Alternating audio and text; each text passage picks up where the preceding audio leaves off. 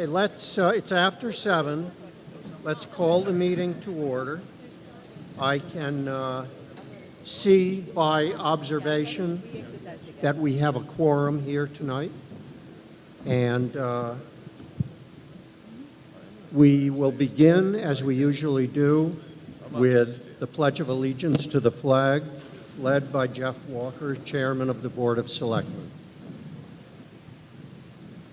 I pledge allegiance to the flag of the United States of America, to the republic for which it stands, one nation, under God, indivisible, with liberty and justice for all. Thank you, Mr. Walker. I'll ask Constable Jim Cunningham to put on the record that the warrant has been timely issued to the town.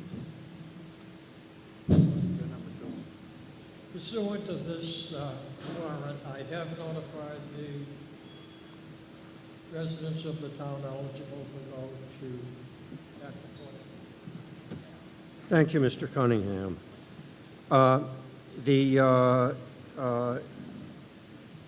I want to introduce, I want to begin by mentioning a fact that many of you may not yet have heard, and that is that I believe it was last night, our beloved Dick Joy passed away. Dick Joy was the principal of the Round School for decades. He was a selectman of the town. He was moderator after that. He was one of the most public-spirited people I've ever seen in my life, one to whom I felt a great debt of gratitude, and I think all of us did. Could we rise for a moment in respect of Dick Joy and have a moment of silence?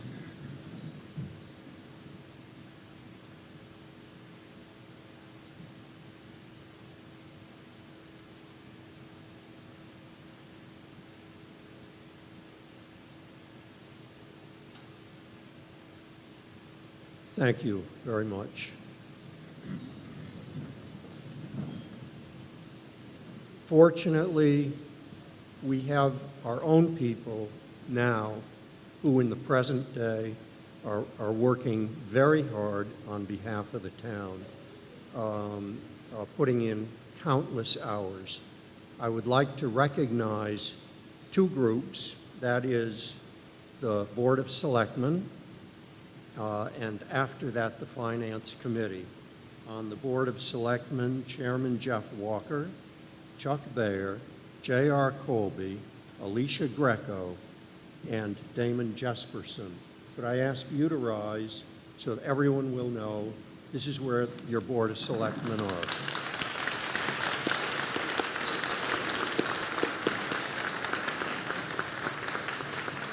And the Finance Committee, who put in countless hours in preparation for this meeting and countless hours keeping the financial affairs of the town straight. They are here. The chairman is Frank Remley, Linda Allen, Gene Case, Bob Connors, Larry Gay, Erica Jacobson, and Marshall Jesperson. Would you please rise? Thank them very, very much. It's one of the rules of town meetings is that no one is allowed to speak without permission of the meeting if he is not a member of the, if he is not a resident in the town. We have a number of key people who occupy key positions in town who are non-residents, yet they may be called upon to speak. I would like to take care of that now by reading the list of people and having a vote to permit them to speak if the occasion arises. The people are Ginny Kramer, Town Council, sitting here, Tracy Blaze, our Town Administrator, Eileen DeVoe, Town Accountant, Michelle Branchiforti, Principal Assessor, Sam Jocelyn, Building Commissioner, Michael Riley, our Chief of Police, Chris Farmer, the Superintendent of the Triton School, Brian Forget, the Assistant Superintendent of the Triton Regional School, and William DeRosa, Superintendent of the Whittier Regional School. I won't ask them to stand, but I will ask for a motion to permit them to speak. Do I hear such a motion? It's not, okay. Oh, also Nathan Walker, the Fire Chief. Okay, I almost forgot him. Will anyone move the list? It's been moved, seconded. All those in favor? All opposed? Yeah. Okay, I heard some very loud no's, but I heard the soft rumble of many more people saying yes. It's a yes vote. We begin with the special town meeting. There are only 3 items on this town meeting. There are, I think you'll find they are no-brainers. Article 1, to see if the town will vote to transfer the sum of $143,822 or any other sum from free cash to the snow and ice account to cover the existing deficit balance in this account or act in relation thereto. The Selectmen and the Finance Committee have unanimously recommended it. This is money that has already been spent. The snow and ice account this last winter was, of course, way overspent, and we need to authorize the money to come from somewhere. So we've got to just vote on where it will be paid from. The proposal is recommended by the Finance Committee is to pay it from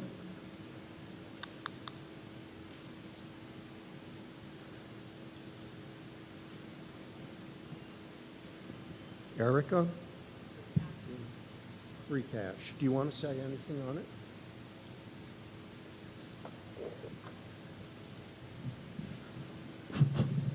Erica, before you start, Judge, let me make the motion, and then we're kind of on the right track. So I move that the town vote to transfer the sum of $143,822 from free cash to snow and ice account. It's been moved and seconded. Erica? This is monies that have already been spent for fiscal year 15 that need to be. Excuse me? Please stand. Hi, my name is Erica Jacobson. I am speaking on behalf of the Finance Committee. This appropriation, this money we would like to be passed, is a sum of $143,000 that has already been spent for the snow and ice removal in the past year. Okay, all those, is there any further discussion? All those in favor of the motion, say aye. Aye. All opposed? The ayes have it. Article 2, to see if the town will vote to transfer the sum of $14,763.65 or any other sum from the DPW garage account to the public building property related services account or act in relation thereto. It's recommended unanimously by the Selectmen and by the Finance Committee. And Marshall or Sam, would you like to explain it? I move that the town vote to transfer the sum of $14,763.65 from the DPW garage account to the public building property-related services account.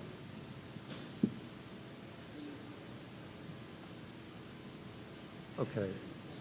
Any discussion? All those in favor? All those opposed? The ayes have it.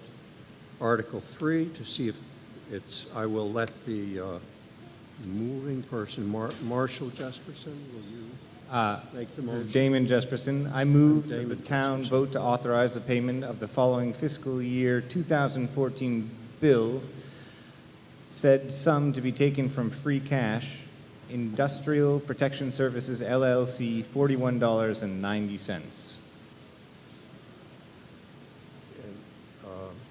Any further discussion? All those in favor say aye. All those opposed, nay. The ayes have it unanimously. And that's important. It has to pass by a two-thirds vote, I believe, 9/10 vote. Isn't that awful to require a 9/10 vote to pay the bill, the little bill you already own? But, okay, is that the end? Okay. I have a motion to adjourn the special town meeting. Second.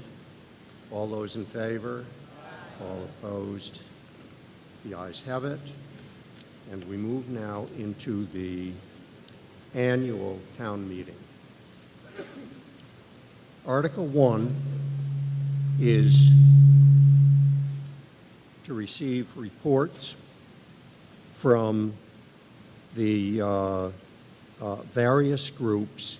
We've made a decision that many of the reports will be given at the time of the article that... Are you having trouble hearing? Yes. Okay. A decision has been made to save most of the reports until we reach the article that the report bears on. So I will ask for just 2 reports at this point.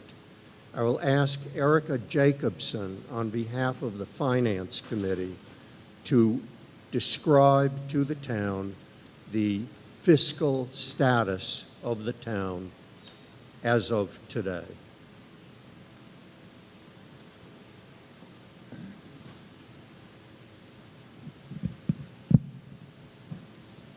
Good evening again. My name is Erica Jacobson.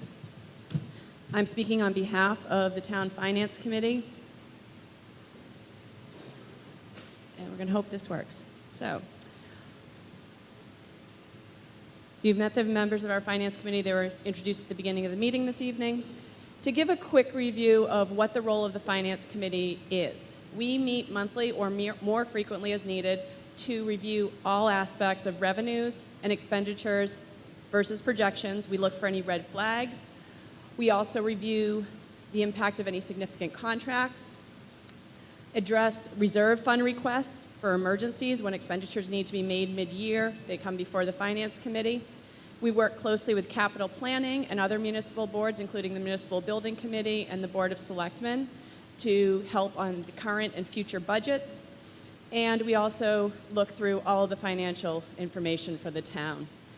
However, in all of this, our principal client is you, the citizens. It's to inform the electorate at town meeting, and that is a big part of what we do. So we spend a lot of time talking about issues all year long in preparation for this evening. We've been asked to keep this very short, so we're going to go it over at a high level, but if you ever have any questions, please feel free. We are one of your boards. We serve at the will of the town and the Board of Selectmen. I'm going to start out with our total budget numbers. We looked back over the last 4 fiscal years and for the projections going forward. Over the last 4 years going into this year, our budget has increased by only 5%. In fiscal year 2012, our budget was at about $16.5 million. It is now at about $17.5 million. This is not a significant change year over year. This is the amount of money we have to operate the total budget for the town. Looking ahead to the projections for where we're coming in fiscal year 2016, the projected revenues, this is pretty much the same pie chart that was up here last year. 80% of our revenues come from property taxes, Approximately 8% come from our local receipts, which are those are your fees and different payments that are made that are outside of property taxes. State aid makes up 4%, and available funds is other miscellaneous things that come in as well, and that has to do with where we do with from state, excuse me, and that's at about 9% for this year, looking forward. Another pie chart that looks very familiar is the one we look forward to for how we're going to spend the money coming through for the next fiscal year. In keeping with the last few years, this is the operating budget. That this comes in every year. These are not pie in the sky. This is a long process that starts back in January. We get requests, we get asked, and the budget is made.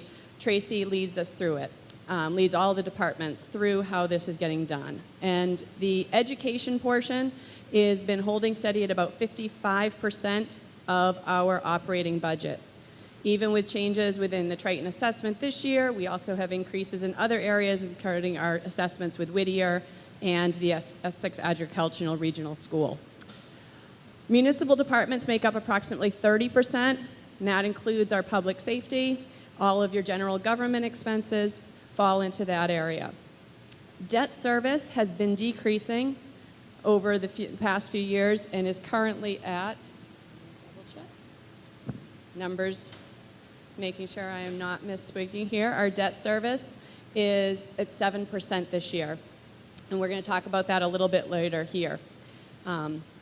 Benefits and insurance. So this is the cost that relates to the operations of the town, including the insurance and other employee benefits. This amount has been steadily rising over the last few years, not through added benefits that people are getting, but the added costs associated with that the town has to spend to maintain level benefits or even lower. And then the municipal departments is 30%. This is your general government, public safety, public works, human services, which includes the Council on Aging, Veterans Affairs, the Board of Health, as well as Culture and Recreation, which is our library, historical committees, and commission, and town celebration committees. One of the things I want to call your attention to is the debt service numbers. This is the amount of money where we're paying back on debt that has been previously approved by town voters.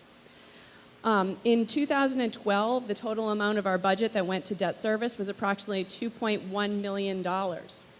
In fiscal year 2016, it's projected to be $1.2 million. This is an overall reduction of $900,000 or 42% over those 5 years. This is making it a good time to consider future projects that will require capital expenditures and the taking out of more debt. By 2021, this amount is going to be reduced by another $500,000 approximately as debt comes off. And that debt that will be coming off includes the library project, the land acquisitions, and landfill closures that were all taken under, and those will be rolling off and becoming no longer part of our debt service and debt or tax implications of that as well. There are still many challenges to our operating budgets, and this is how those things that need to be funded each year. We do have rising operational costs for both the town services and education. As you all have seen in your homes, the price of electricity and utilities has gone way up. That is magnified for the town. We don't get a special break. We also have those rate increases that came out, have to keep those in line, have to figure out how to do that without an increasing revenue side. That includes town services and education. We also have to address serious infrastructure issues and restore previous cuts to operating budgets that were made over the very lean years. We also need to show some increasing support for the town of Newbury and the public safety agencies. These are 3 things that are really playing into our challenges in the operating budget. In addition to our operating funds, we do have what we call our reserves. We have these funds, and this was the amounts heading into the meeting tonight. That free cash number there, which we always like to say is neither free nor cash, this is funds that have been derived by the collection of taxes, revenues, in excess of initial estimates and other budgetary surpluses. So if accounts at the end of the year have, a few $1,000s left in them, they close out to free cash. That's where this comes through. Heading into the meeting tonight, we had $1.3 million, and as you all know, we just voted $143,000 to pay for snow and ice. So that number has already been reduced within the first 10 minutes of the meeting. Stabilization fund is the money that we also must vote at town meeting to spend. It can only be spent by the voters in this room, and that is at $207,627. The land sale fund is what we get from the sale of town assets. And again, this is the majority vote of town meeting is needed to spend money out of this account. That account number is at $908,875,000. Finally is the reserve fund. This is the one that is established for emergencies, for unforeseen expenses. At the beginning of this year, we started with an amount of $90,000. It is now down to $22,030. So these are the funds that we need to keep an eye on. We cannot count on them to be here when the land sale fund is empty. We're not selling any other pieces of property at this point in time. That money is empty and gone. So these are the things that we think about how we have to manage them very, very prudently. This is the money that we need to spend wisely and make sure that we are staying within where we need to be for the Department of Revenue guidelines as well.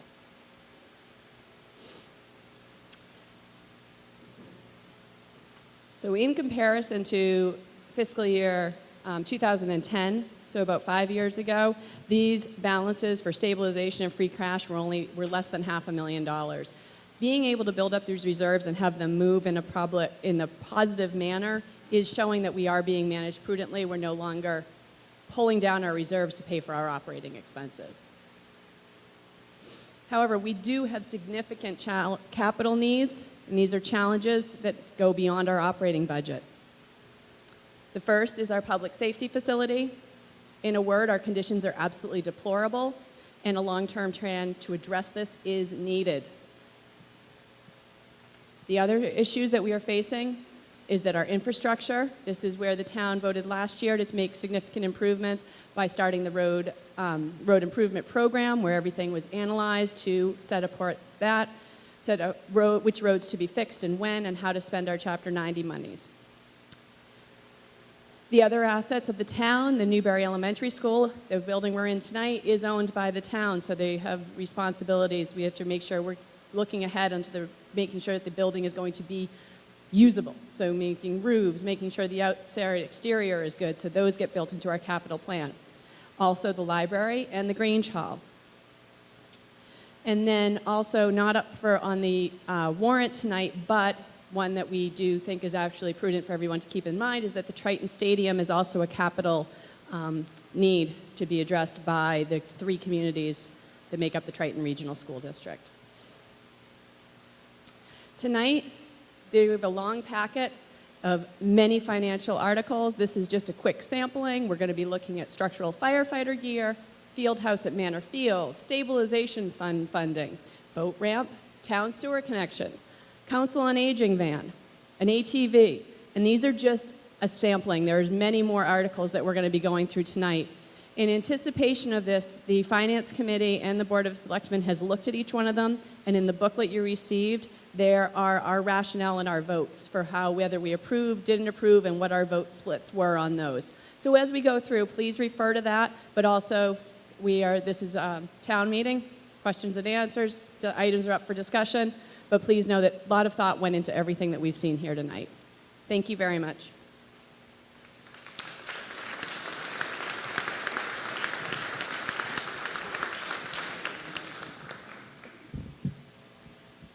Thank you, Erica. Before we had a problem with people hearing me, and a bunch of you in the back stood up and yelled, "Do that again when you can't hear me." Because we have a problem in this room that if I speak too loud, there's a feedback into the which interferes with the cable television. We're being streamed onto cable television, even though it won't be played until sometime in the future. Otherwise, no one would come to town meeting. So yell, because we do have a problem. If I speak too loud, we get that problem. If I speak too softly, you can't hear me. It's more important that you hear me. Yeah. The second talk I would like to have concerns some issues that were raised at the ballot questions appearing again in one form or another in the warrant for the town meeting. I would like Ginny Kramer, our town council, to describe the usual process when you need both ballot votes and town meeting votes in order to authorize a project. Ginny, would you please address the audience? Good evening. My name is Ginny Kramer, and I serve as your town council. As most of you know, Proposition 2.5 is the state law that limits the amount of revenue a town is allowed to raise via local property taxes. And that law also includes mechanisms for towns to increase their taxing authority beyond the annual 2.5% that is allowed. The manner under which a town can do increases over the 2.5% is a two-part process. One part involves vote at the ballot box, and the other part involves a town meeting appropriation. In order to have a 2.5, and they're called overrides or underrides, you need to have both. Historically in the Commonwealth, the hundreds of towns have run themselves as they see best fit. And one way in which that is done is that some towns have their elections prior to their town meetings in the spring, and some towns have their town meetings prior to their elections in the springs. It's completely up to the towns, and either way is allowed under the law. Proposition 2.5 recognizes the fact that towns do this differently, and in that way, it allows for the ballot vote and the appropriation by town meeting to happen in any order. In other words, a town meeting appropriation can happen either before or after the ballot vote. Proposition 2.5 also recognizes that it may take several attempts for a town to address its needs under Proposition 2.5. Specifically, the law allows ballot questions to be presented again, even after defeat at the ballot box or defeat at the town meeting. And the law also allows town meeting to take up warrant articles that have previously been defeated at town meeting or at the ballot box. Therefore, it is entirely appropriate. In fact, it's exceedingly common that a town meeting will be asked to vote on warrant articles that have already failed at the ballot box. There's nothing wrong with that. The law contemplates that that will happen. The voters at any election are a different body than the town meeting. Each town meeting is viewed as a separate legislative body. So there are some warrant articles on the warrant tonight for your consideration, some of which were voted down by the voters last week. There's nothing wrong with that. It doesn't disrespect anything that the voters have done. And at this town meeting, you'll be able to get more information about the reasons that your public servants are asking for these overrides. So I just wanted to explain that in advance. And if there's any questions about that that the moderator feels should be directed to me, I'm sure he will do so as that time comes up. Thank you.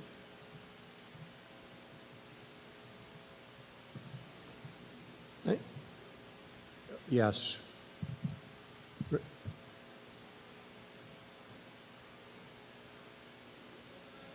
Yeah, would you come to the microphone, please? Elena Jesperson, 169 Elm Street, Byfield. I would like to suggest to this town that having elections before the town meeting, when people don't understand what is going on, is really backwards. And I would like to suggest that we seriously consider having the town meeting first and the elections second. Thank you.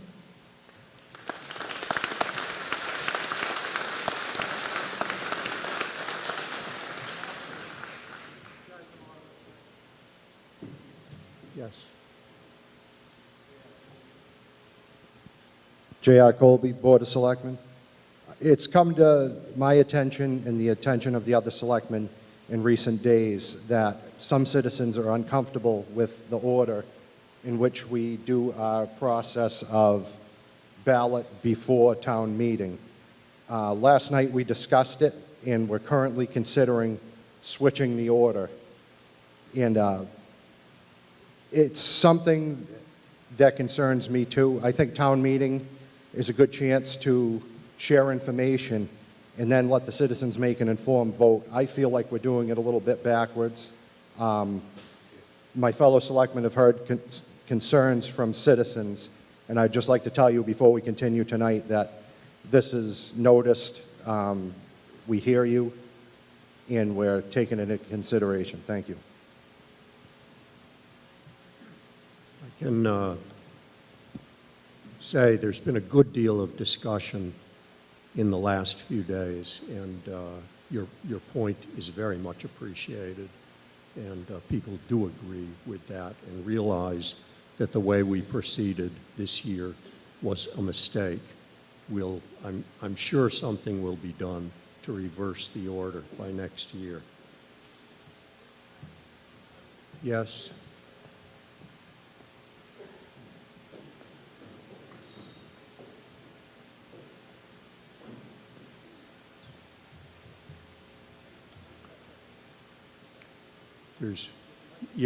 For people in the back, there is a microphone at the back of the hall.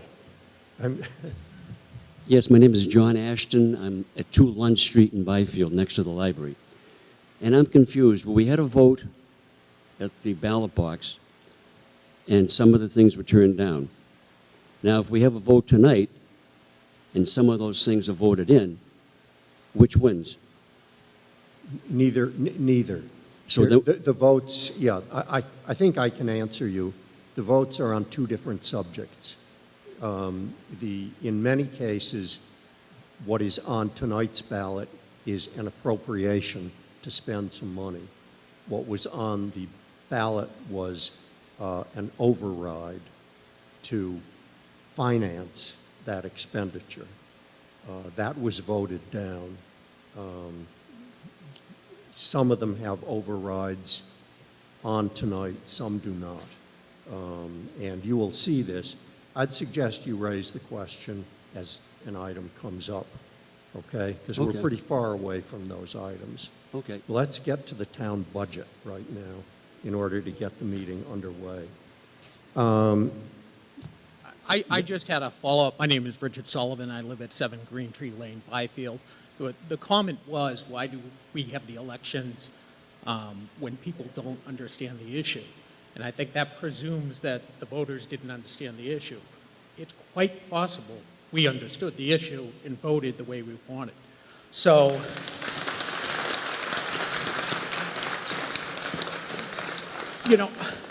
how many times might we come back to these same issues?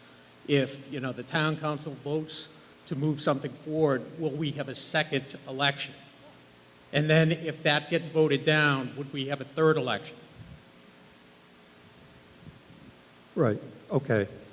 Your question, I think, doesn't have to be answered. You're assuming the answer, and your point is made.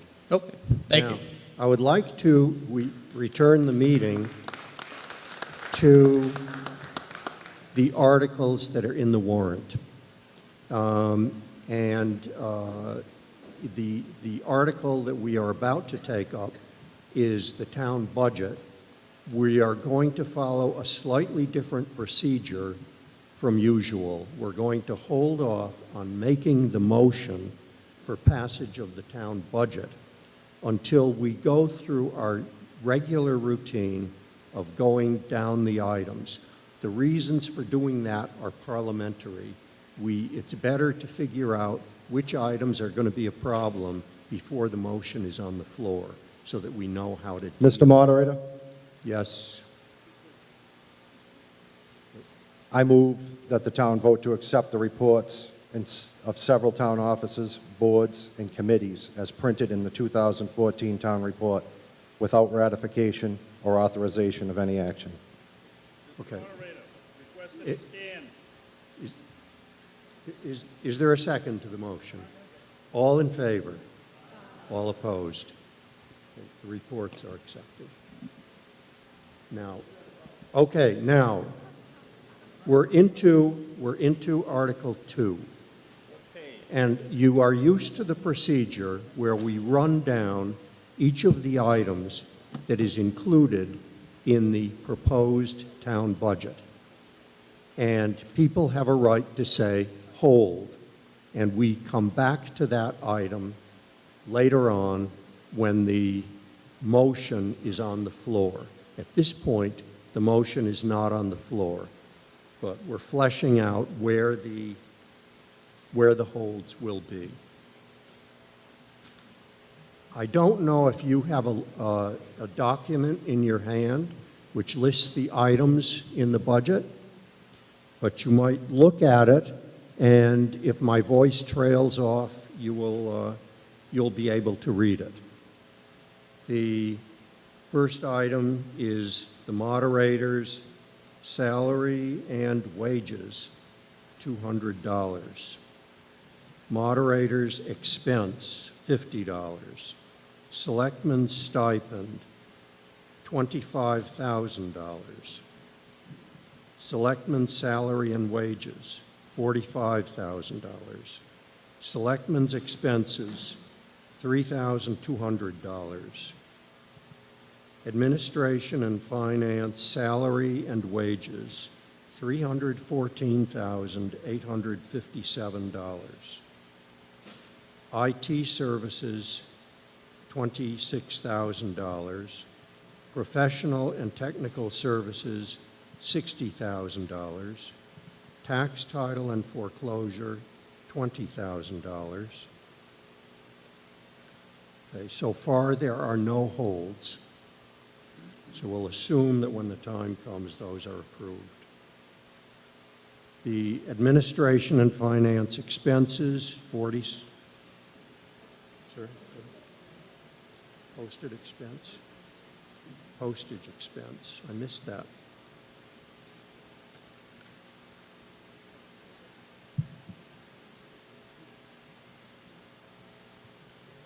It's on there.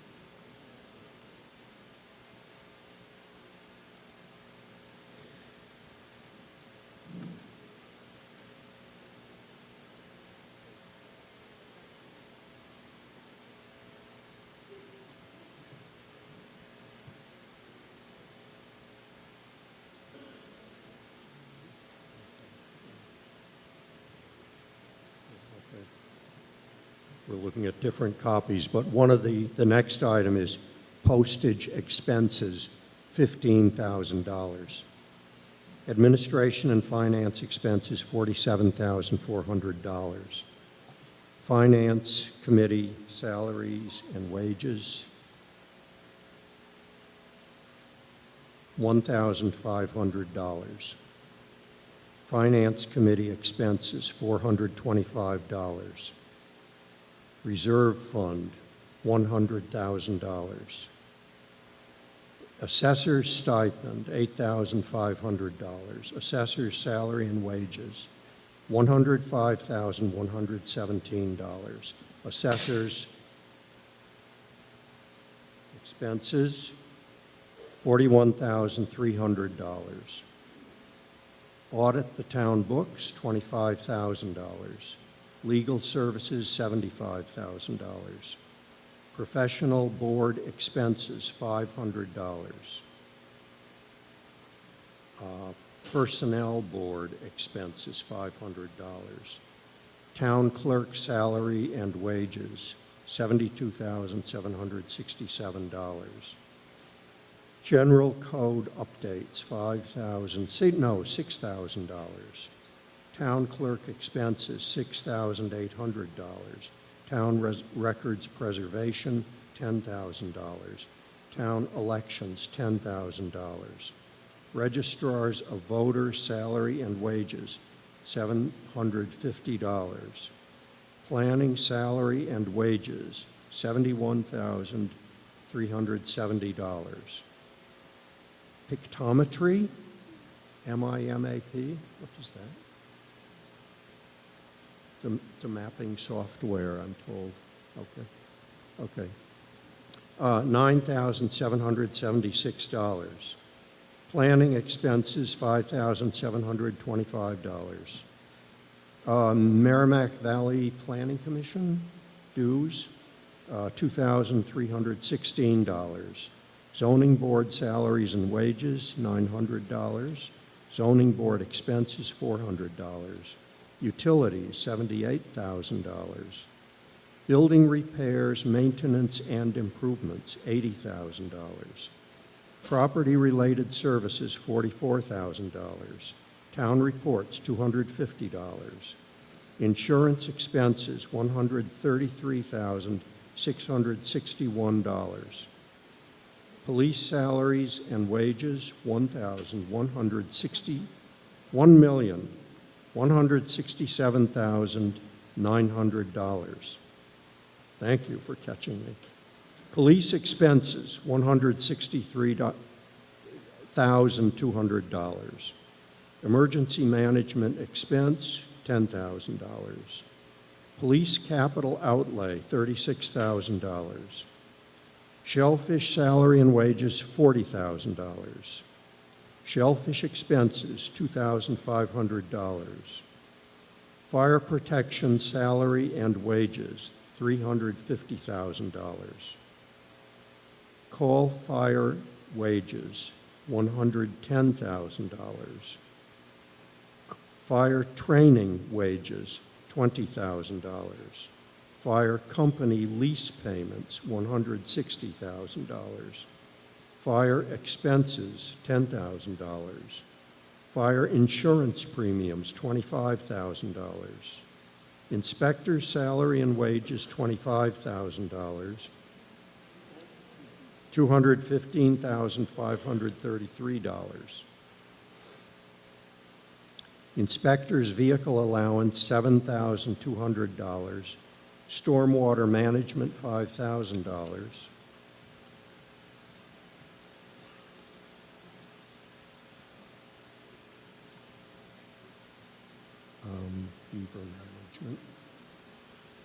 Beaver management, $5,000. Beach management plan, $5,000. Greenhead control expense, $6,500. Inspector's expense, $10,500. Sealer of weights and measures, $2,500. Animal control salary and wages, $22,712. Animal control expenses, $3,500. Hydrant service, $15,000. Triton Regional Operating Assessment, $8,946,255. Triton Regional Debt Service Assessment, $149,015. Whittier Regional Operating Assessment, $374,916. Whittier Regional Debt Service Assessment, $15,092. Essex North Shore Technical Operating Assessment, $85,000. DPW salary and wages, $447,915. Tree warden salary and wages, $3,000. Tree warden expenses, $20,000. DPW expense, $180,000. Road improvement program, $100,000. DPW capital outlay, it's a blank figure, 0. Snow and ice removal, $155,000. Street lighting, $56,000. Health, salary, and wages, $63,490. Health expenses, $60,930. Council on Aging, salary and wages, $79,550. Council on Aging expenses, $4,010. Veterans assessment, $26,038. Veterans service benefits, $41,800.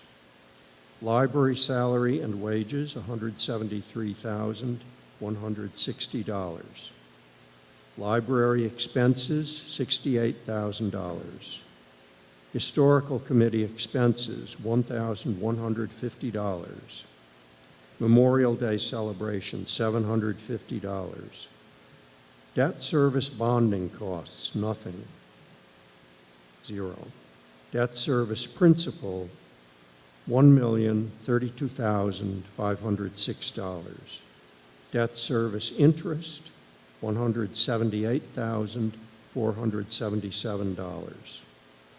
Essex Regional Retirement Assessment, $551,914.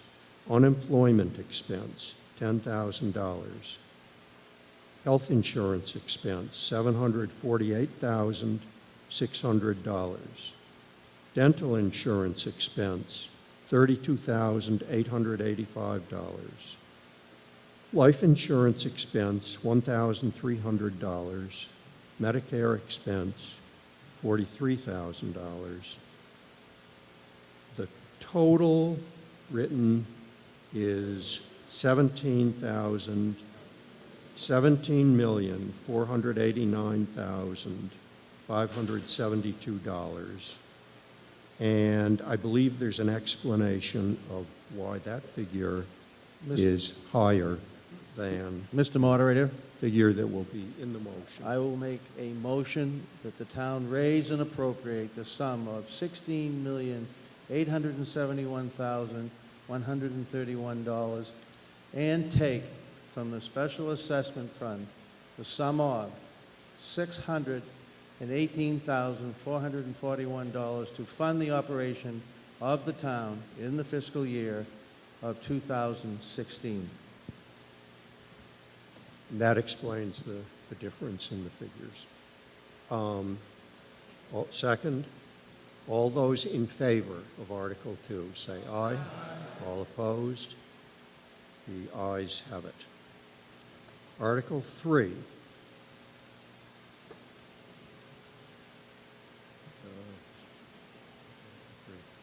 Mr. Chuck Thayer? I move that the town raise and appropriate the sum of $100,000 to be added to the stabilization fund.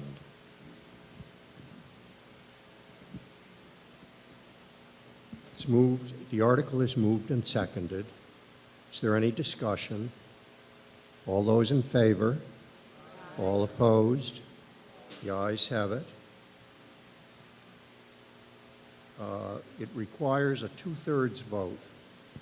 An interesting thing, by state law, to either put money into or spend money out of the stabilization fund, you need a two-thirds vote.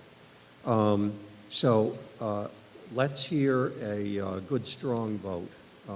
All those in favor say aye. Aye. All those opposed? Okay, the ayes clearly have it. That is a two-thirds vote plus. Mr. Moderator, I move that the town raise and appropriate the sum of $25,000 to be added to the other post-employment benefits account. Second. Motion is made and seconded. Is there any discussion? All those in favor? All those opposed? Yep.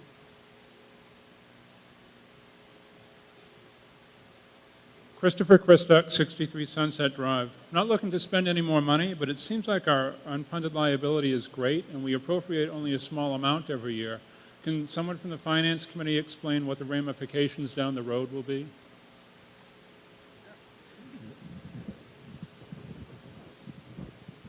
I'll do my best. Actually, you're right. There is a significant unfunded liability. And the town, what the town does, and we're allowed to do, is to pay as you go.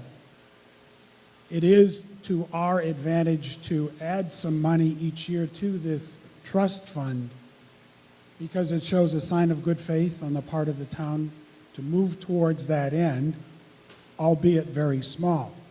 I believe it also has some impact on our bond rating as we go forward for any kind of loans.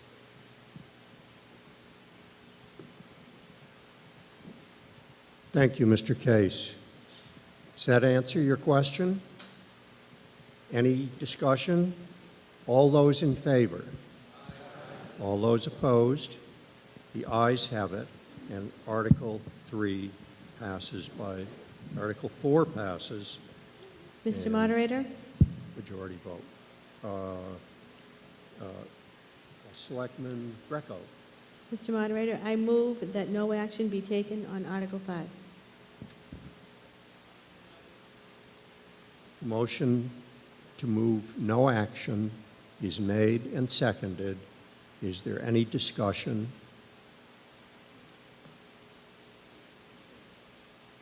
Hearing none. All those in favor? All opposed? The ayes have it. And we basically pass over the article. Article number 6, which requires a two-thirds vote. Mr. J.R. Colby, Selectman. Mr. Moderator, I move that the town appropriate $990,000 to pay the costs of engineering services for a public safety facility or any similar facility, including all costs incidental or related thereto, and to pay for said appropriation, to authorize the treasurer, with the approval of the selectmen, to issue any bonds or notes of the town for that purpose, as authorized by General Laws, Chapter 44, Section 721, or any other general or special law, provided, however, that this appropriation and debt authorization be contingent upon passage of a Proposition 2.5 debt exclusion referendum under General Laws, Chapter 59, Section 21C. Motion is made and seconded, and I would like to ask Mr. Eric Svahn, the chairman of the Municipal Building Committee, to describe the proposal. Good evening, residents. My name is Eric Svahn. I live at 14 Old Farm Way. I'm an architect during the day and volunteered my time for the Municipal Building Committee. I'd like to speak to you tonight about our town's future, about the services we expect from our public safety and municipal departments. I think our recent actions at the poll, I'm sure, do not reflect our attitudes towards the demands that we have for Newbury's public safety services. Most especially when one of us, one of our families, or one of our neighbors are in need. We all hope to never use the services of the police and the fire department. I never did, but I had a chimney fire, and sure enough, I called. First time I ever used the services, never expected to do, but I'm glad they showed up quickly when they did. But what happens if they didn't? What happens if they couldn't? What happens if we, the residents, put those public safety services in a position that they couldn't get out of the buildings that they currently occupy? I don't think anybody wants to think what would happen. The police station is almost in a state of failure. And I have to say, I wrote that line on Saturday, and as of today, the police station isn't. Two of the trailers that house three offices for the police, a meeting room, plus the health department were condemned due to severe mold issues. So those temporary trailers, I have to say that the state building code, temporary means a year. The building inspector usually is allowed to give passage of time when somebody is in the process of action in order to facilitate a means to correct something about a year's time. Well, those trailers are 14 years old. And recently, in order to make space and accommodate space for municipal employees, there's an inspectional trailer out there. So don't be surprised if you see more trailers in the parking lot in the coming days to provide those offices. You know, the issue here for us as residents is that we're spending money that we don't need. We're spending money out of other departments where we could be renovating, fixing up, or repairing on unexpected patch and repair costs. There's over $70,000 spent at the police station alone on patch and repair issues from sewer, septic issues, rodent issues, leaky foundation, floods and rains. They had to replace the floor, the drywall was wrecked, they had to tear it out. All that is a distraction to our public safety services. So these issues aren't new. I mean, they were reported and started in 2004, and they're not going away. We need to do something about it. This is my third address at an annual town meeting to the residents. I was on the Public Safety Site Selection Committee, the Public Safety Complex Committee.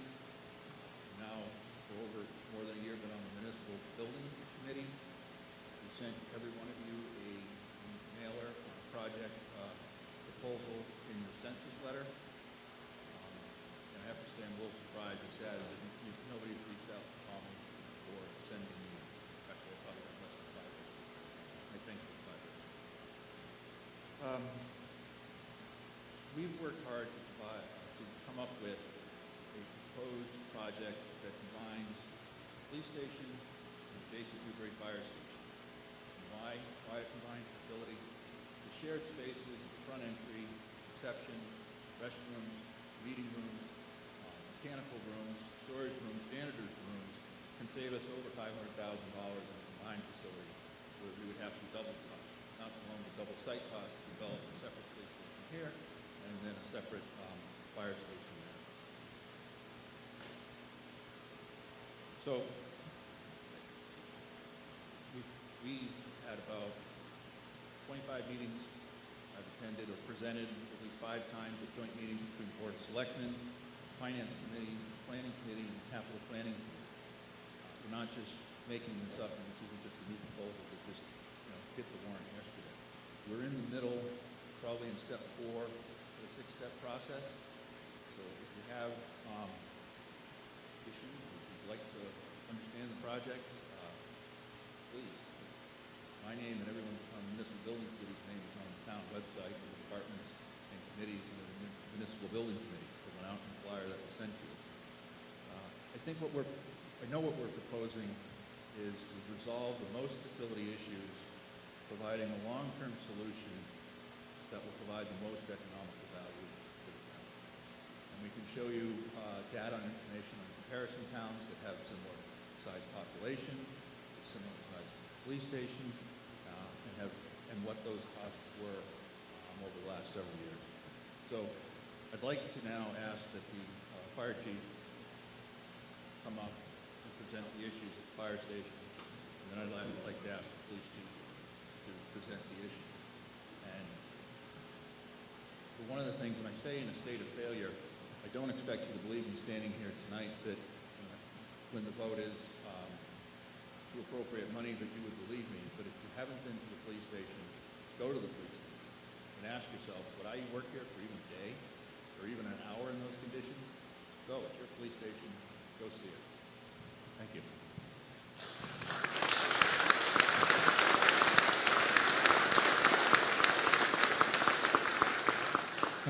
Hello, my name is Nathan Walker, newly elected and appointed fire chief for the town of Newbury. As the fire chief and a member of the Board of Fire Engineers, our responsibility to the town is to look at our fire department's infrastructure and the future of the fire service for the town of Newbury. The Newbury facility was built in 1969. And this municipal building, it makes sense to be on board for this replacement for the sustainability of the town's fire service for the future, for the next 50 years of the fire department in town. Sustainability for the future. That's our job, to look at that and to make sure that we can have a stable service with a stable facility. You know, we're not lacking in, you know, all the same, you know, deficiencies that the police department is by any means, but we are lacking in the contemporary upgrades that the fire department services require to run a state-of-the-art facility to service the townspeople. We have schools, highways. We're no different than any other town, and our facilities, you know, they lack. They're older. Public safety building for the fire department would help us provide, you know, obviously the best possible service for the town. Our job here is to provide that service. Our deficiencies are in size of apparatus space. Apparatus is bigger now than it ever was. We're squeezed into our building right now, so the clearance on trucks is no more than 6 to 8 inches as you back trucks in. And there's a fellow that's backing a truck in. So that's a safety issue as he's attaching a Plime event, which is the system that takes the carcinogens of the diesel, benzene, exhaust out of the truck. So there's a fella attaching that on as he backs a truck in these tight clearances. Everybody's gear and turnout is hanging on hooks right next to all these trucks. So that's subject to light and, you know, being close to all this apparatus. It's also lined in the door, so as people walk into these facilities to go to the fire department for permits or to do business, they have to walk by this gear. I mean, as firefighters, we are around all kinds of different atmospheres and environments. You know, we wash our gear according to our standard NFPA when possible, but this gear is always subject to, you know, being dirty in certain ways. Our public has to be near this. There's no other place for us to put this. The place where we conduct business, our dispatch area, is also the place where guys have to write their reports. They write their EMS reports. There's HIPAA violations. There's the public coming in while people are dealing with this. We don't have the proper facilities to run business properly in this day and age where insurance and those kind of things become the factors that control the way these services really run. Fire departments were founded by insurance companies. They still control a lot of the ways that we have to serve. You know, decon areas to keep our SCBAs safe, to be able to fill our bottles and do that kind of stuff. During storm standbys, which we had quite a bit this year down at Plum Island, there's firefighters on duty 24/7. We have no facilities for guys to sleep. They sleep out in that hall, poorly insulated on cots. They're working on and off all night. They have not a really good facility to lay down. There's no, we have men's and ladies' restrooms, but they're not ADA compliant, but we also don't have specific facilities for men and women to, after these calls, to actually decon themselves. In most fire service contemporary fire programs, after a day's work, guys have the ability to shower and take off what they've worn on the job that day. They've been in an ambulance, they've been, you know, in toxic environments, clean themselves before they go home to their families. They don't have that opportunity to do that. We don't have those kind of facilities. You know, as we project in the future to be in a facility like this, we can look out 50 years and be in a contemporary facility. The Newbury side could be that way. The Byfield side of town has a much newer facility. Their infrastructure, and the Board of Fire Engineers have looked at the two infrastructures. The weakness is on the Newbury side of town right now, and it's a no-brainer to combine for the spacious issues as well as for the relationships between the police and the fire department and the way they work together. So, you know, on our end of it, the fire department and the Board of Fire Engineers, we support this wholeheartedly. You know, we're completely on board, and we hope that, you know, maybe some of the people could come to understand some of the necessities and the needs for the fire department to be on board with the police department now.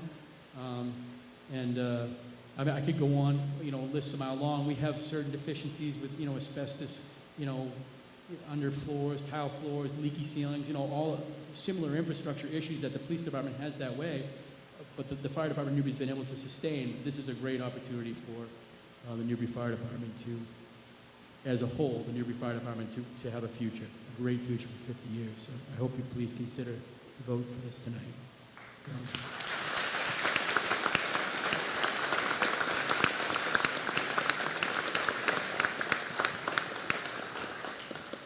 Good evening, I'm Chief Michael Riley. Forgive me if I get a little bit passionate. I'm kind of fired up tonight, so first I want to thank Eric, I don't know where Eric is, and all the members of the Municipal Building Committee for all the work they've put in. I'd like to thank the Board of Selectmen, Administrator Blaze, and the Finance Committee. Everybody, it's unanimous across the board that the combined use facility is the right facility for the town. You elect these people and put them in positions because you can't be at every meeting. I don't expect you to be at every meeting. But you put these people in the positions to do the research for you, to vet out all the different things. And then you don't believe what they say. It's mind-boggling to me. But that's beside the point. I'd like to talk a little bit about the Newbury Police Department. Our facility is atrocious. It is, I wouldn't let my children stay in there for any length of time. It is a public safety hazard. It's a hazard to my people. It's a hazard to anybody that comes in. We want to provide a professional service to the town of Newbury. People demand a professional service. You deserve a professional service. We don't have the facility to provide a professional service for you. I will give you an anecdotal story, and I won't get into all the whining and all the things, because I'm going to issue a challenge to each and every one of you. For the past 2 years, we've been screaming from the rooftop that we need a new facility. Our facility is deficient, and we've opened up and offered tours of the police station. It's your police station. Come and see it. See what your tax money is paying for. Come on in. We'll invite you in. So I will issue a challenge to every single one of you out here tonight. When this meeting is over, drive to the Newbury Police Station. Myself and Deputy Chief Lucy and the other officers who showed up on their own time to be here, we will be standing outside waiting, and we will give you tours of your police station. You should see what your public safety facilities look like.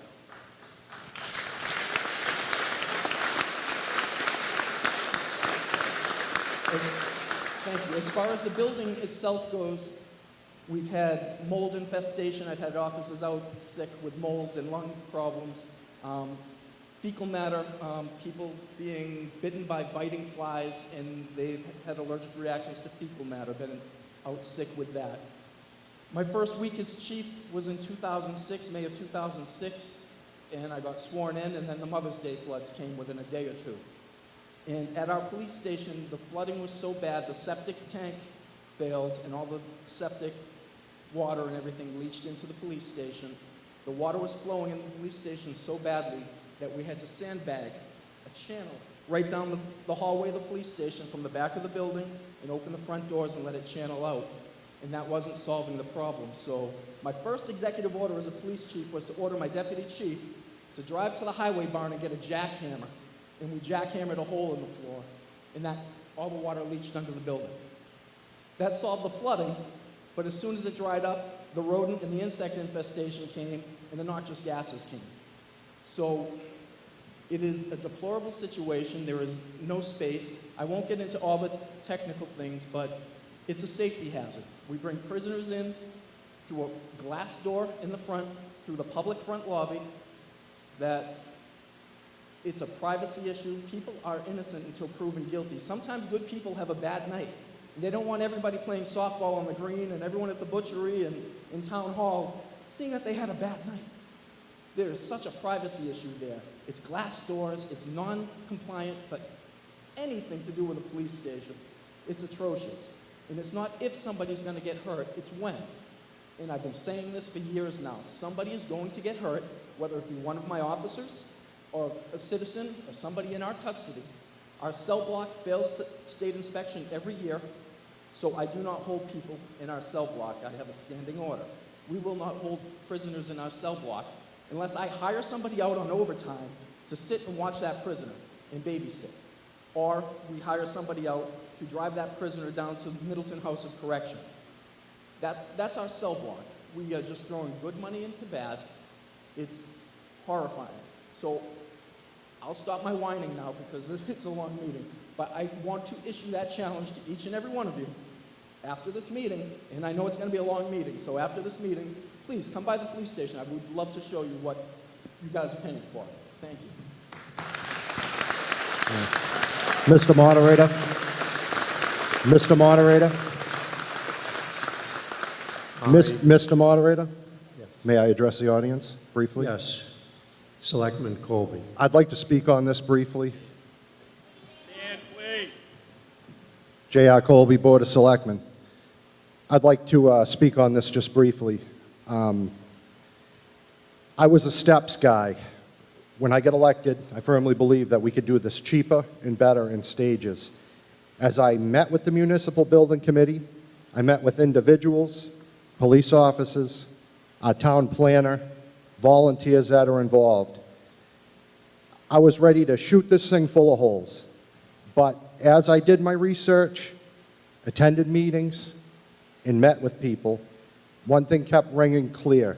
Savings is going to come to this town, I believe, through combining facilities. So that way we have one elevator, one plan. It's a much more streamlined and cheaper way to go. And I urge anyone that's raising a family in town right now, or anyone that plans on spending 30, 40, or 50 years here, or wants to hand their place down to their children, and have them have proper facilities that isn't going to be an anchor on them financially for the rest of their lives.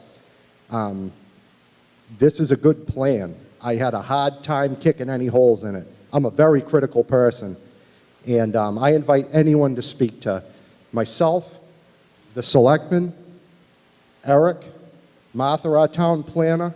You will not get resistance. You will be met with open arms. We want people to know how we came to these conclusions. And I would be not doing my service to you, and I wouldn't be true to myself if I didn't speak to you and tell you that after a few weeks, I came to the conclusion that I believe this is the way to go. And as we retire things from the dead over the next few years, this is a good time to tackle this project. What we have right now is a chance to improve Town Hall rather than knocking it down altogether, and build a combined police and fire facility on the site with it. And it's going to be the cheapest long-term solution that'll carry us 50 years into the future. We don't make a lot of money. I'm speaking for my family, but I'm willing to pay more for this because I believe it's the right thing for the town going forward. Thank you.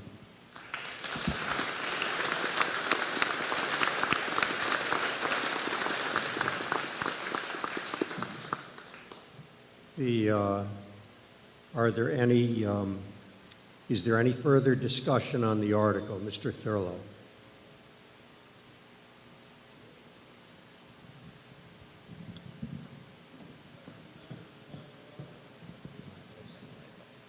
I'm sure you. It's No, okay, I'll use this. No, you use. Yeah, I'll use this. I have a point and a question. First of all, where's the chief? I'd like to know how many people have toured the police station. Put up your hands. Wow, there's a lot of you ought to go over there. That's a disappointment. The second question is, the last time I knew, this was going to be a combination town hall, police station, and fire station. Now, what's going to happen with the town hall? This is just police and fire, right? Mr. Swan. Yes, I guess some people would say that there's a surprise or maybe we took a turn in the road. As I said before, I was on the Public Safety Complex Committee. And at that time, the project that was presented, and I came on in the middle of that committee, so it wasn't exactly my idea to begin with, but the idea was a new police station and fire station and renovations, actually a renovation addition to Town Hall. It took some time for the fire department to understand, they were proud. They didn't want to change. But at the same time, I think people, and all of you know, that you're probably not donating as much to the fire department as you used to. And so they are having issues. And as the year progressed, they came back, negotiations failed, so the Municipal Building Committee said, we need to move on. These issues aren't going away. So let's look at the town hall and let's look at the police station. The proposal was to knock down town hall and build a brand new police station and a town hall combined on top of where the current town hall stands. And we did get some feedback from residents. And he said, well, the town hall looks great. And it does look great. There was citizens that put a lot of effort, but there was also a lot of donated material and donated labor to make that happen. At the same time, the roof still leaks at town hall. So the current proposal is to combine a police fire station with about half the renovations that we had previously planned. The idea is that when the police department moves out, some of the basement spaces would be renovated, and the people in the trailers for inspectional services and health department would then be able to move downstairs into that space. So we've cut the project and the effort at Town Hall to try to minimize the project cost. Chris? Let's have the follow-up question from Mr. Thurlow first. Just a rebuttal, if the basement is as bad as what I've seen, how is that going to be acceptable as Town Hall? I mean, that's awful. Is the sewer improvements going to make a difference there? Sewer improvements will make a big difference, plus foundation patch and repair to stop water leakage. The intent or the thought on hand is that the town hall isn't a 50-year solution, maybe it's a 10 or 10-year solution. The effort to put about 6 people downstairs would be to try to line them up against the front of the building where the windows are on Morgan Ave, and the rest of the space behind would probably be used for storage. So we're not putting as many people or spaces back into the basement. And it's a sacrifice on the town hall to make do with less in order to have the rest of the project have a limited budget. That's what we're trying to do. Thank you. Yes, sir.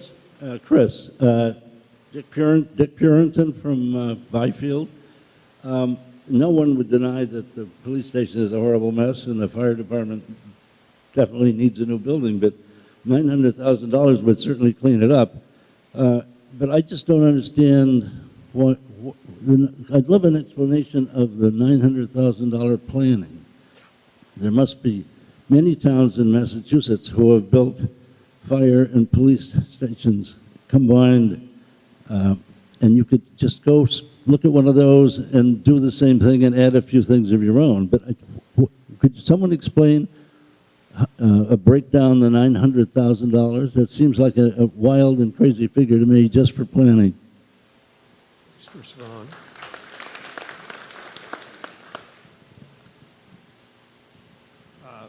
We could if we could find a site, just like somebody else's site, that was exactly the same size, the same shape, but we don't have that. The effort for the way the fees were structured for the $990,000 was taking the total fees for design and engineering costs at a slightly economical rate, coming up with and taking that fee and breaking it out by the different phases, and then assessing that we're only asking for design fees at this time. We're not asking for the fees for construction or for the monitoring of construction. So we have architecture and engineering fees, we have traffic studies, we have reimbursable expenses, we have surveyors, we have geotechnical engineers, we have wetland consultants, we have hazardous inspections, sewer coordination fees, and then there's a contingency. I guess $60,000 of a contingency doesn't buy you much if something goes awry, but again, we're being as conservative as possible. That's how the fees add up to $984,000. It got rounded up to $990,000. Mr. Moderator? Yes, sir. Yeah, Mr.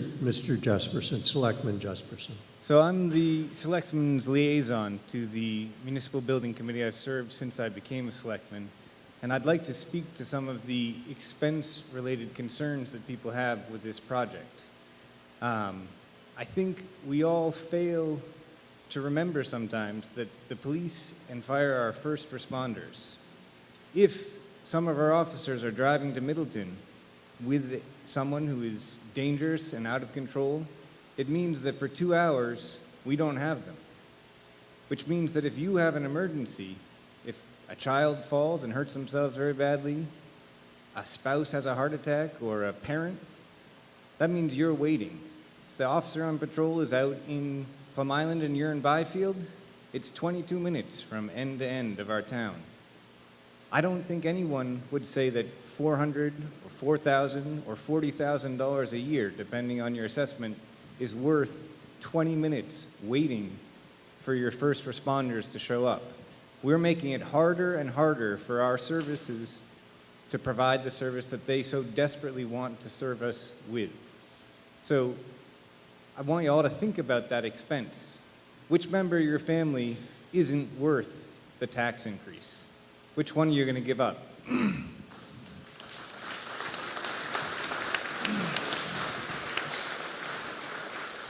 Yes, We sir. also, I'm not quite done yet, Oh, Judge. okay. We also, as the selectmen, have a financial responsibility, and we've looked very hard at this project to find the best and cheapest way to do it. But as a town, we're also required to provide safety services. If the police department is condemned and the fire department is condemned, the state could say that we are in default on our responsibilities and put us into receivership, at which point the state will take over control of our finances. Proposition 2 will no longer be a factor, and they can shove down our throat any tax that they want and fund things the way that they feel and build what they want. So, to not approve this project is to essentially say, we're going to kick it down the can until the state takes over and we lose all control of our town, which is not something that I am comfortable with as a selectman or your representative.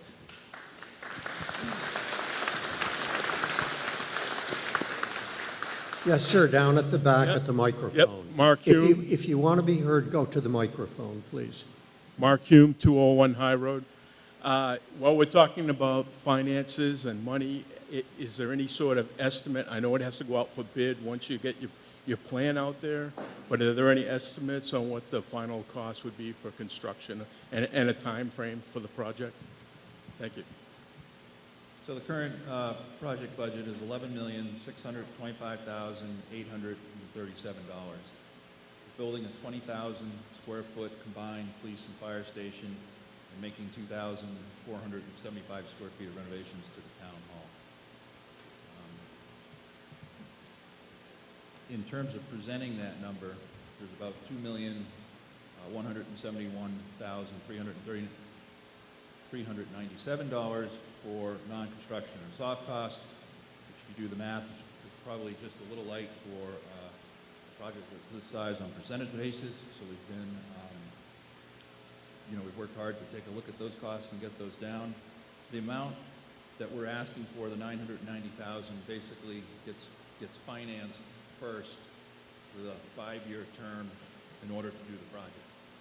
That amount for the number of residents that are paying taxes amounts to about an $80 increase in the tax bill. After the design phase goes through and the project is put out for bid, and this is a design phase. This is an effort where we will try to maximize, economize, and get the best long-term solution. Then there's about $10.6 million for construction that needs to be financed, and that all gets rolled in together, and that's about $300 additional cost to the average home. That said, we're using a 5% 20-year bond. If this project had gone forward last spring, we've probably been looking at a 2 to 3% bond rate. Things are picking up. The economy is improving. People are all saying interest rates are going up and they're pending. So everybody's jumping on the bandwagon to do their design now. The people that are ahead of the game and savvy have already done their design and they're already digging and building something right now, and they've locked in those lower rates. So we feel we have a conservative number. We would hope if we could move forward that we could be somewhere between 4 and 5%, and we've used the 5% number at the moment. I hope that answers the question. Yes, sir. Oh, so the construction period is if we have, if the project was approved and then we have to go out to bid to find the architects and engineers, we can get started this summer. Assume there's about a year, slightly less of design time, and then from there it would probably take 12 to 14 months to build the facility. So even if we start today, we're looking at starting construction next spring, next summer, and then we're looking into early 2018 in order to have this project completed. So these issues aren't going to get solved overnight, and if we delay this another year, we keep pushing it out and we keep increasing it. If you take the construction cost of $11.6 million I won't do all the math for you, but you add 2-3% to that number, and then next year you add another 2-3%, you add another 2-3%. By the time we're even 3 years out, you'll be, the project cost could be another $600,000 to $700,000 more, just because we waited and kicked it down the road. Joe Story. I think people here, the vast majority, believe we need improvements to these facilities. It's the money that gets people nervous, okay? We're talking about an amount of money for engineering that is just a little bit more than protection number one spent to engineer, design, and build the whole fire station over there. I'm just wondering if you've really looked carefully at ways of lowering the cost, okay? Pre-engineered buildings, design build. From what I've read, if you do a design build project, you can save 20 to 35% of it. Should that be something that should really be vetted? Mr. Swan, please answer that. I think in terms of meeting the needs, that when was Protection Company 1's building built? When was that? What was the year? 5 years ago. 5 years ago? So the construction market, although, you know, the economy took a downturn, the prices for construction, there is no discount in the market for the construction costs. Right now, the construction costs we're carrying are for an economical, straightforward building. This certainly isn't something that is over the top or excessive. You know, pre-engineered buildings can work.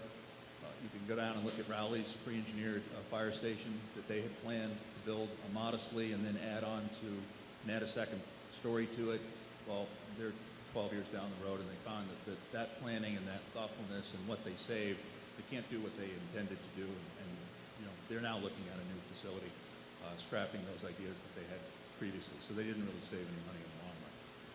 We certainly can do that. We can hire an architect, and we can say, is there a way with the apparatus bay? I wouldn't say that you could probably do modular, maybe with some of the other parts of the building, but we're also not trying to build a wood frame building. We're trying to build a building that can last 50 years. You might have to replace the roof in 30, but you're not tearing down a building, and you're not having a building that has issues. You're trying to build a quality building that lasts for the longest period of time. As an answer for that, your pre-engineered Martin buildings come with a warranty for 50 years, okay? So that gives us, but again, I really think that we should look at design build, and maybe even design build maintain, okay? And then we know where we are for 50 years. Okay, Mr. Story, let's hear from somebody else now. Good evening, John Matthews, 252 High Road.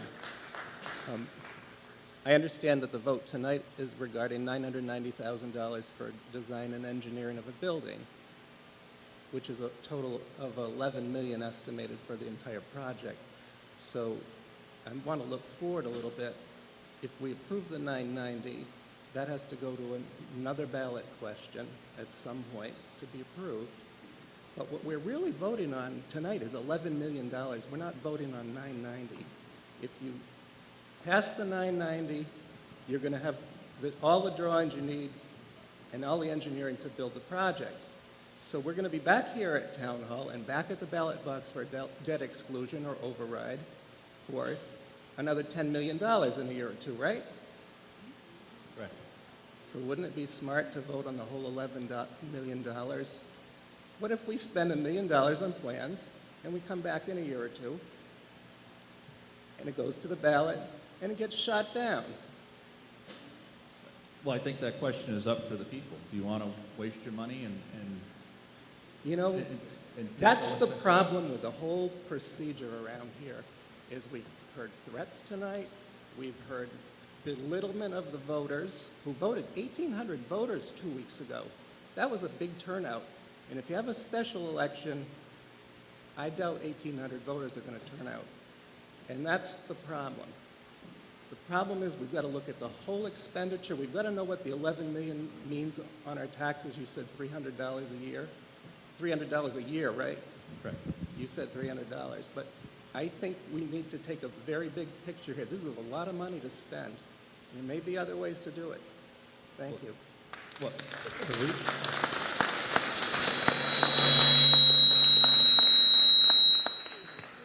Excuse me, just to clear up one point, Mr. Matthews. We have to limit ourselves to what's in the warrant, and the warrant is only for the planning money. It is right that we should contemplate the ultimate cost of the project down the road, but Mr. Swan has described what the cost, what the impact would be on the budget on the tax bills of the inhabitants for the ultimate project.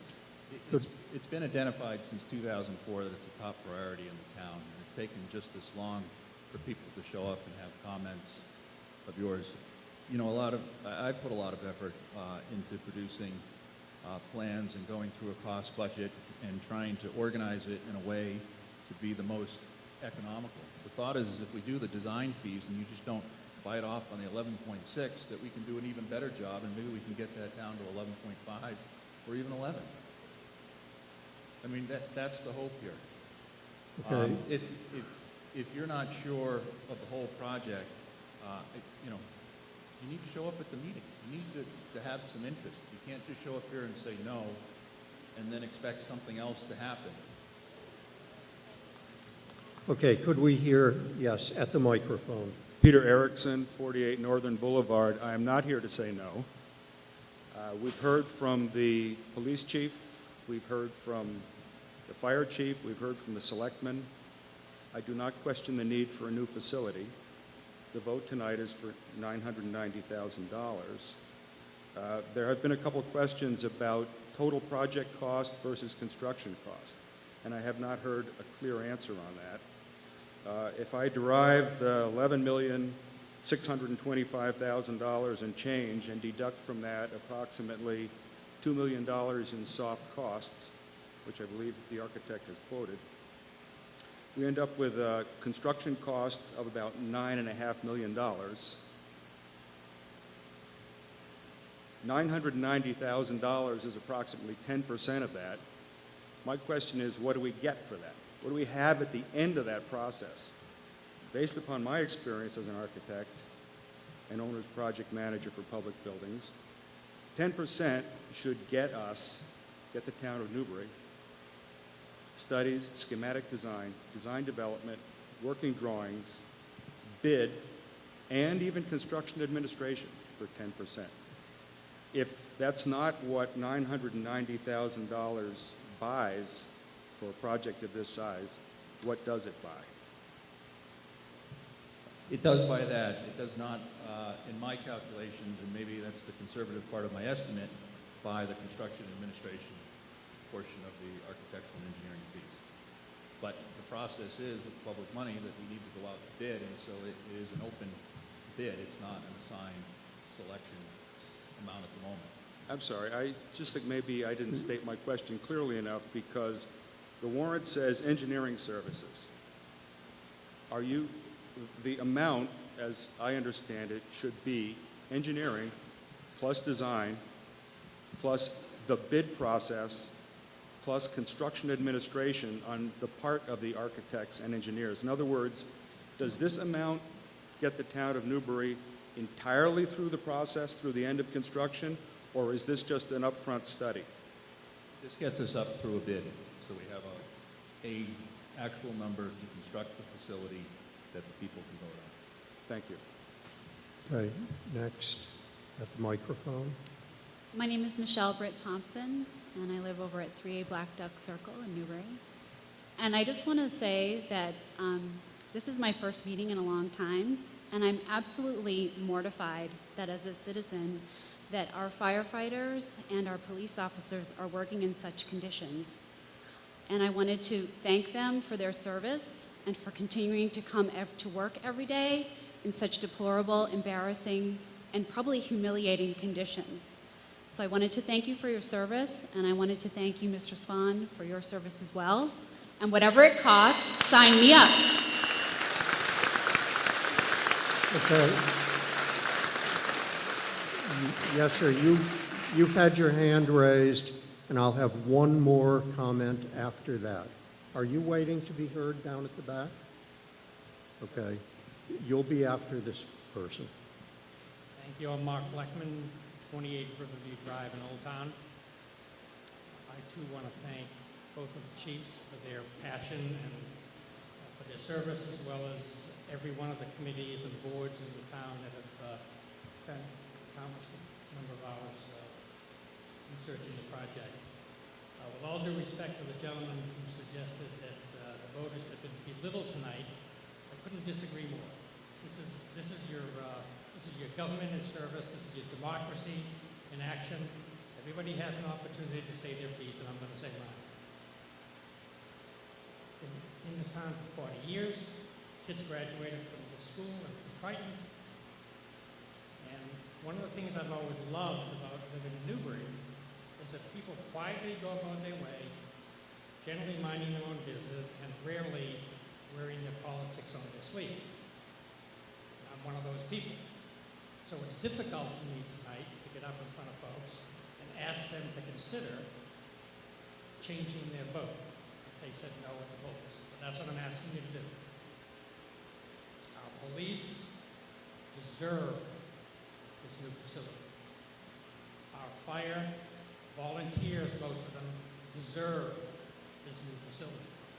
And as it relates to the financing, I'm no expert, but I have absolutely no reason not to trust everyone in this finance committee, everyone on the Board of Selectmen, Eric, and everyone associated with this project relative to the work and the effort they put in to make this reasonable, fiscally sound, serving the needs of this town, as they said, for the next 30 to 50 years. And as I've said in a couple of public meetings already this month, an $11.20 tax rate in isolation sounds great, but not if you don't have a town that you can be proud of. And there are different kinds of costs in this world. You know, the costs we're talking about tonight are out-of-pocket costs, and I understand that's going to hurt some people. But what about the other costs associated with this? What about the cost of not doing it? What do you think is going to happen to property values for each one of your homes 10 years from now? Maybe 5 years from now? Maybe 2 years from now? When you've got a town that has something less than ideal public services, public safety, schools, a sense of community. I think it's about time that all of us stop thinking of ourselves as Old Town residents or Byfield residents, Plum Island residents. We're all Newbury residents, and we ought to vote that way. Thank you.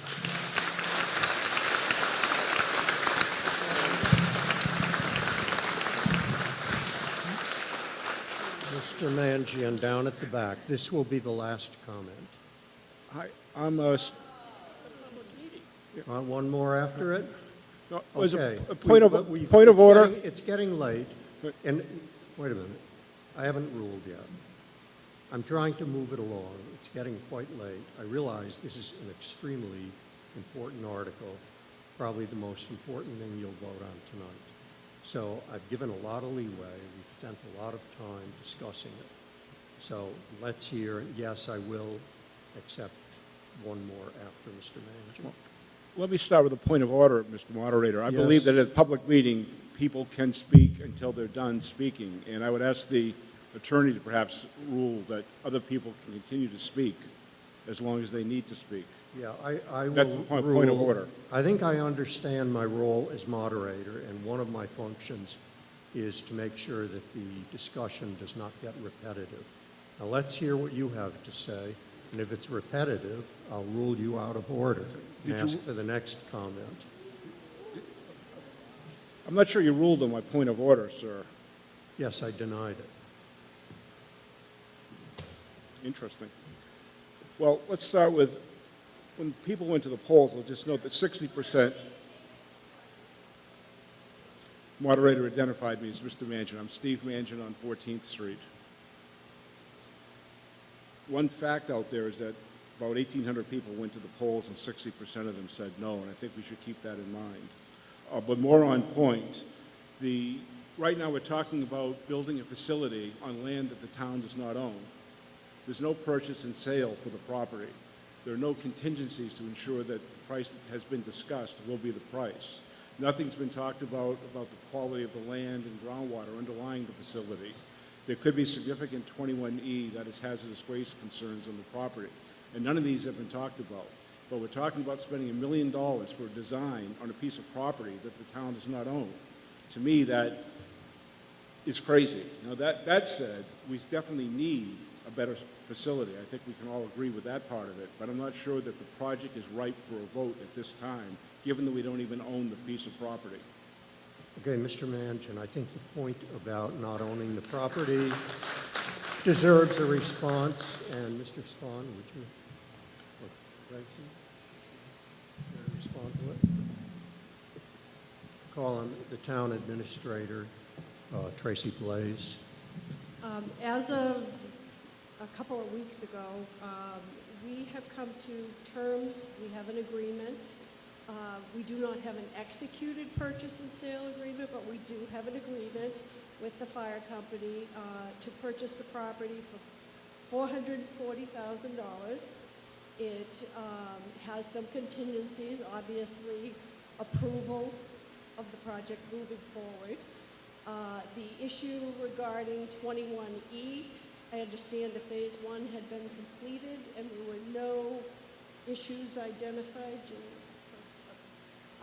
And we are also in the process of having conversations with insurance companies about purchasing a policy that would protect us if there was anything identified on that site. That is right. Again, if I may respond and just note that when Fish and Wildlife built its facilities, what Tracy said, again, just to remind people, when Fish and Wildlife built its headquarters, they also had a site assessment done prior to the purchase of that land. Yet after they purchased the land and they owned the property, they also owned a multi-million-dollar cleanup of the property. So if Fish and Wildlife had to pay for it, the same could happen to the town. And that's why we would purchase the insurance policy, so we wouldn't have that type of exposure. Thank you, Town Administrator Blaze. Mr. Spahn?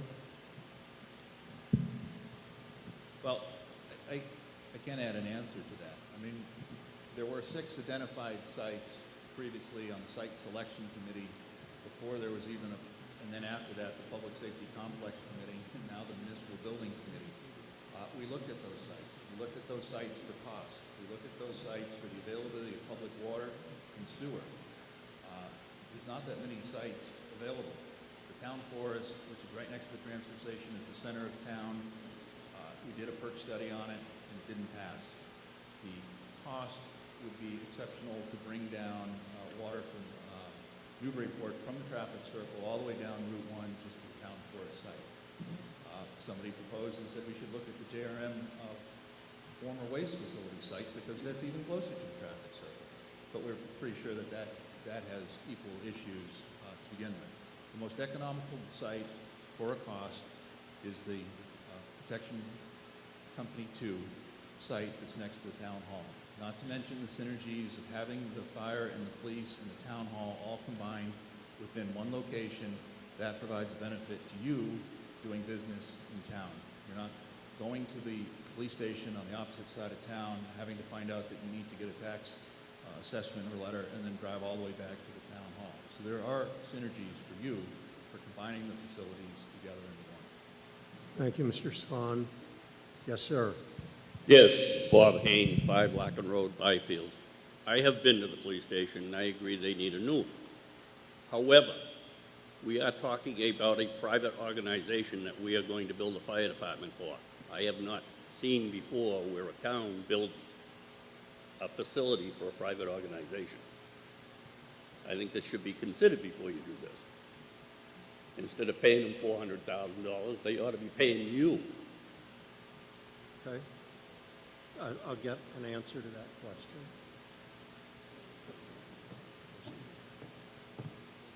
We have a Town of Newbury Municipal Fire Department. The Town of Newbury rents facilities from Protection 1 and Protection 2, the independent companies.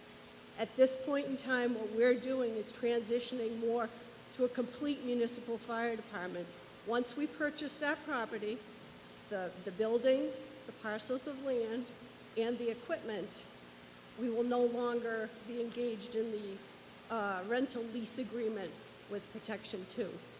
All right, under their agreement, under their charter, you can buy them out for $1. Why are we paying $400,000? Okay.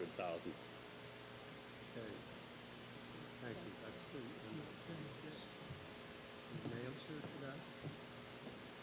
Okay. It's time Wait a minute. to... Excuse me. Yeah, okay. Marshall's going to answer it. Okay. It is a good question, and it deserves an answer. If, Bob, we were able to buy them out for $1, we would buy their assets.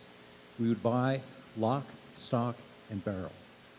That lock, stock, and barrel includes a debt of just the amount we're paying for the whole thing. So, in fact, we are buying them out for $1 and paying off the debt. You're paying off a debt that they requested the town to buy a brand new engine for $450,000, which could have been bought for $350,000. After they bought the new truck, the town bought the new truck. They bought a ladder truck, an ambulance, a pickup truck, and they're crying no money. Okay. Shall we, yes, Mr. Kelly. Bud Kelly, 24 School Street, lifelong resident. It's time to vote. Thank you, Mr. Kelly. I couldn't agree more. This is a vote that's required to be by 2/3, and so we need to have a count. I need counters. Mr. Kelly, would you be a counter? You've always done it in the past. Have we got some others here? Okay, come identify yourselves. It's Mr. Cunningham. Any others? Yeah, we need Ben. Thank you. Need one more. One more from this side. A counter. Some young man or young woman. Good. Okay. I'd like each of the counters to identify him or herself by name, even though I know them all. Jim Cunningham, Scotland Road. Ben Armstrong, 30 High Road. John Van Skelwick, Worthington Street. Bud Kelly, 24 School Street. Okay, the way we will do the count is, first of all, I would like all those who are seated, who are not members, who are not residents of the town of Newbury, to rise.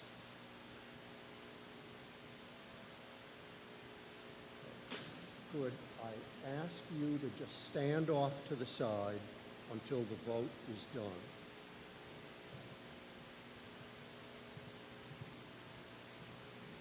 Now,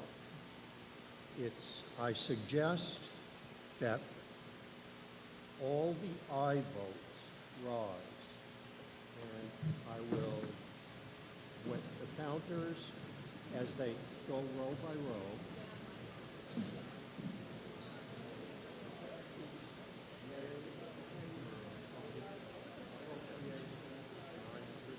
$900,000 contingent on the debt override. As they proceed row by row, they'll ask each row to sit down so they can count the next row. Yes? You're right. And then at the end, we will count all of the people who are back here.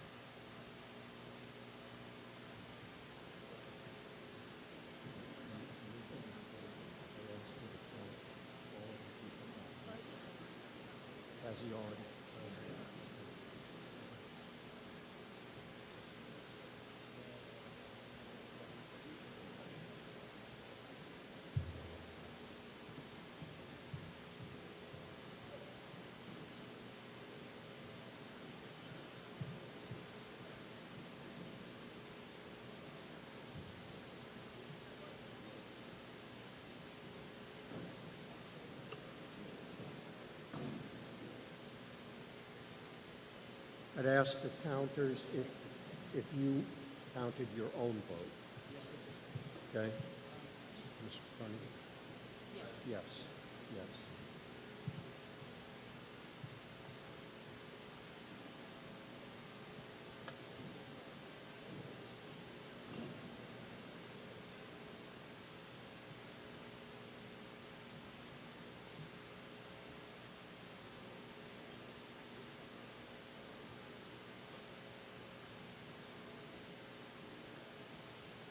Okay, the counters should start now. We'll count the no votes.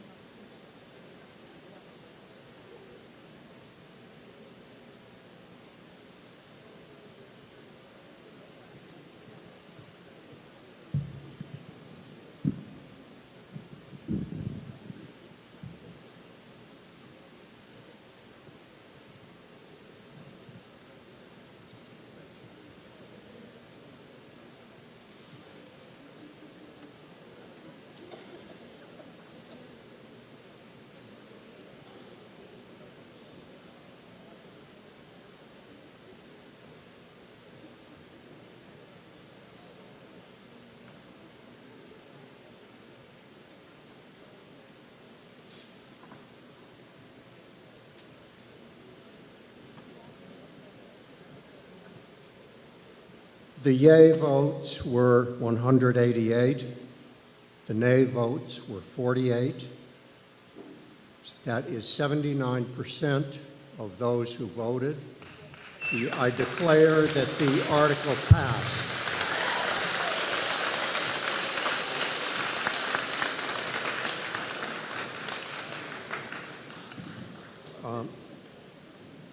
We're on to Article 7. Article 7, Mr. Walker.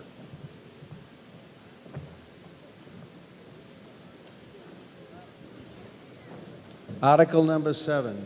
I move that the town transfer the sum of $13,400 from free cash to purchase digital scan vote tabulators.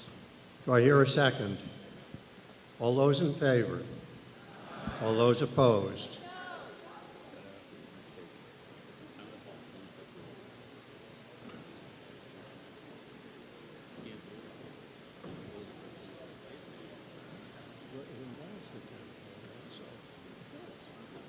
Moving it to the people. Yeah. Okay, there's a motion and a second on the floor. All those in favor? All those opposed? Okay, Article number 8. Mr. Colby. Mr. Moderator, I move that the town transfer the sum of $36,000 from the stabilization fund to purchase structural firefighter gear. Is there a second?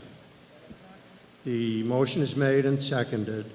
A two-thirds vote is required because it's an expenditure from the stabilization fund. It's just a matter of state law. Is there any discussion about the article? Now, I ask you to speak up, because I don't want to have another standing vote. All those in favor say aye. Aye. All those opposed? No. The ayes have it. Article number 9. Mr. Jesperson. I move that the town transfer the sum of $7,950 from the receipts reserved fire alarm account to make repairs to the fire alarm system. Is there a second? Any discussion? All those in favor? All those opposed? The ayes have it. Article 10. Mr. Bayer. I move that the town raise and appropriate an additional $125,000 to fund the road improvement program for the fiscal year beginning July 1st, 2015. What about the, okay, it's, and the proviso is not on there. All those, is there a second? All those in favor? All those opposed? Yes, right. Do you wish to make, is there any discussion? Mr. Mangin. Yeah, Steve Mangin on 14th Street, and I have a question. Is it not true that after year one, if this were to pass, that $125,000 could be directed to any part of the town's budget as opposed to the currently stated road repair means? And that's a concern for me, that the money is not going to go to roads year after year after year. Is this is for one fiscal year, the year beginning July 1, 2015. I don't understand your point. Yeah. Erica? So this is, this was accepted by the voters as a general override. It means that the line item will be increased by $125,000 for the fiscal year starting 2016, and it will be a line item going forward. Every year, but not necessarily directed towards road repair. It could be for any other, the money that would be raised, $125,000 in years 2, 3, 4, 5, could go to other expenditures. It becomes basically the floor for where the general assessment goes up from there.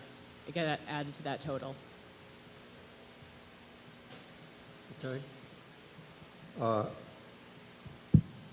Any further discussion? All those in favor, say aye. Aye. All those opposed? The ayes have it.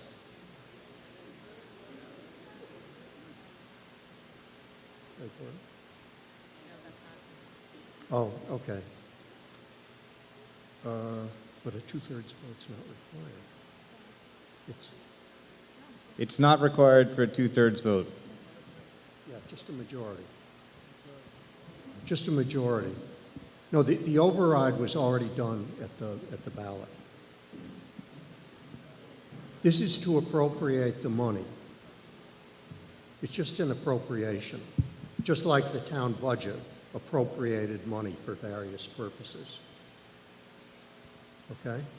So it's just majority vote. Article 11, Mr. Walker. Article 11, I move that the town transfer the sum of $500,000 from the sale of land account to fund the town hall sewer connection project. Is there a second? Okay, it's been seconded. Explanation or discussion? Who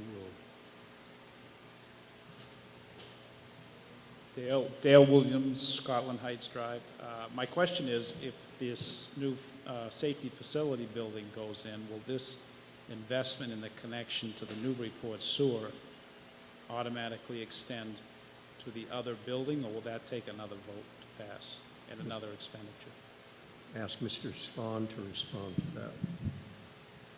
The original budget for improvements and in addition to town hall was just under $2 million, 1.9 something million.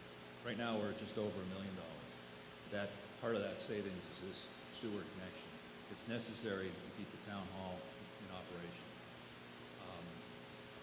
There is a small amount of money then to take the sewer and extend it the additional length down Morgan Road for the new public safety facility. So it's two separate buildings, two separate connections. Right now, there's currently water that goes to the town hall. The money being appropriated is just to extend the sewer to town hall. Once that happens, then the next project will take it from town hall to the new municipal safety. Is that building. additional money baked into your estimates for the 11.6 million? It's incorporated into the estimates already.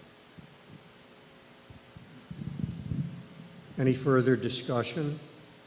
All those in favor? All those opposed? The ayes have it. Article 12. Mr. Moderator, I move that the town transfer the sum of $16,442 from free cash to purchase an all-terrain vehicle. Is there a second? Discussion. All those in favor? All those opposed?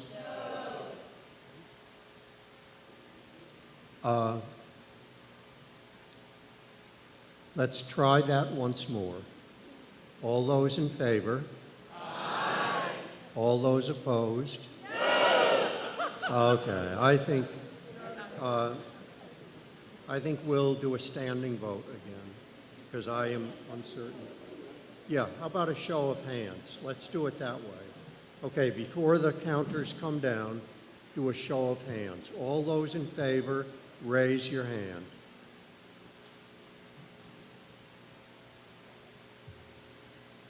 I guess I will need the counters to count hands up.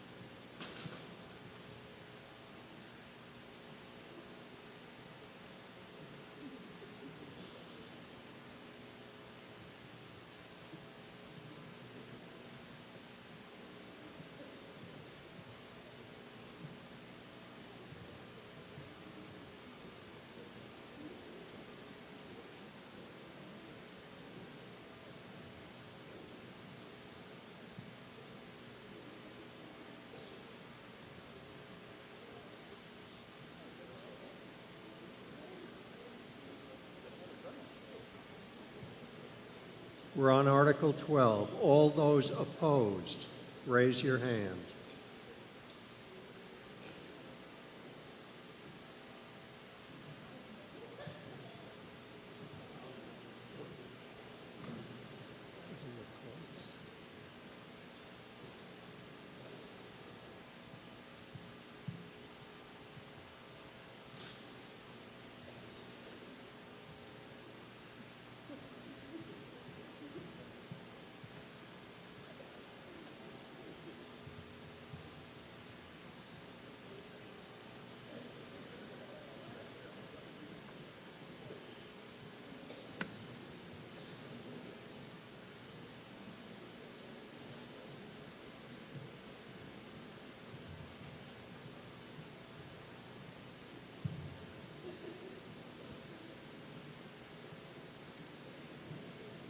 The vote is 140 in favor to 42 opposed.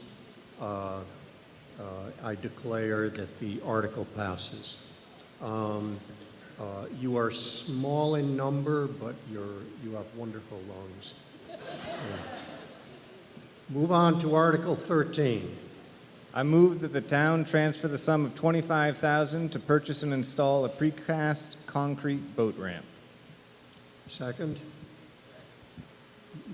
Moved and seconded. Any discussion? All those in favor, say aye. Aye. All those opposed? The ayes have it. Article 14, requiring a two-thirds vote. Mr. Colby. I move that the town vote to transfer the sum of $11,000 from the stabilization fund to purchase a van for the Council on Aging. Is there a second? All, any discussion? All those in favor? Say aye. Yep. Okay. Okay, right. We'll hold up on the vote.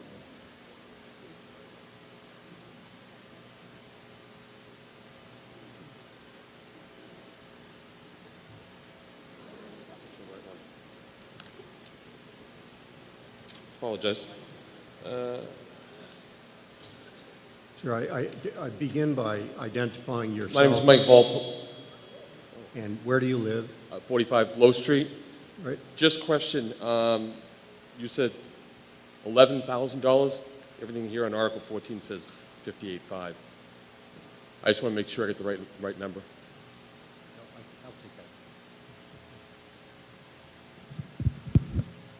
Marshall Jesperson, Finance Committee. The reason for the discrepancy in the number is that Marty Joe from the Council on Aging was able to get us a grant to cover the balance of that. So we're getting off on the cheap on this one. Thank you.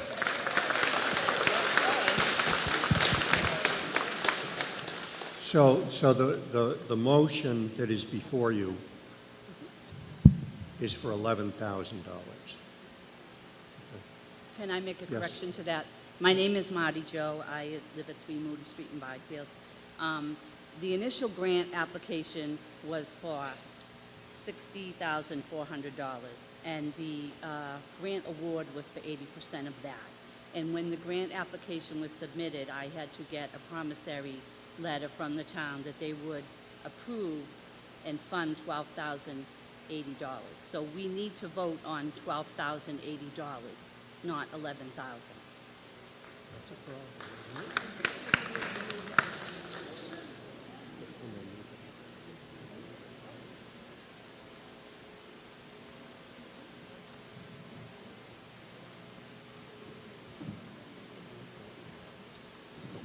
Yeah, that is a figure within the warrant article, which is for $57,000. So we need an amendment to go from the figure down to... Mr. Moderator, I'd like to make a friendly amendment. Yes. To adjust the amount to $12,800. Was that correct? That is correct. 80. 12,880. $12,080, 0 cents. Okay. Do I hear a second? Okay. All those in favor of the amendment, say aye. Aye. And the ayes have it. And now to the main article. It's as amended. Right. Are there any nays? It's unanimous. And the article is amended so that it appropriates the sum of $12,080. Yeah, you have to vote on the article. So we're voting now on the article. All those in favor? Aye. All those opposed? The ayes have it. It was unanimous. Good. Okay. Article 15 to, this is Mr. Walker. Article number 15, I move that the town vote to transfer the sum of $200,000 from free cash to complete the construction of the field house project at Manta Field. Do I hear a second? Motion is made and seconded. Discussion? Sir? Richard Sullivan, 7 Green Tree Lane, Byfield. At the beginning of the meeting, we ran down the numbers of what we had in the free account, and it started off as, I think, 1.2 million. We're talking about taking $200,000 out of the free account after we've just taken $500,000 out of the land account, cutting that in half. At the beginning of the meeting, we talked about how we were holding and stabilizing, and now we're talking about taking what looks like roughly 20% of the free account for the purpose of building a field house. What I read in the paper was this was focusing on giving kids a place to go if it rained. I'm by Manta Field all the time. I see tons of cars there. When I was a kid, I used to walk or ride to sporting events, ride my bike. If it rained, I rode home in the rain. Now, everybody is driven by their parents. If you go by Manta Field, it's just full of cars. I would submit that if it rains, the kids are going to go in their parents' car. We don't need to spend 20% of the free cash account on this. Mr. Manta got the field named after him after selling the property for $2 million. If he wants to put up the building, that would be great. And has there been an investigation into having naming rights for either the field or this facility? Okay, thank you. Has there been discussion about naming rights?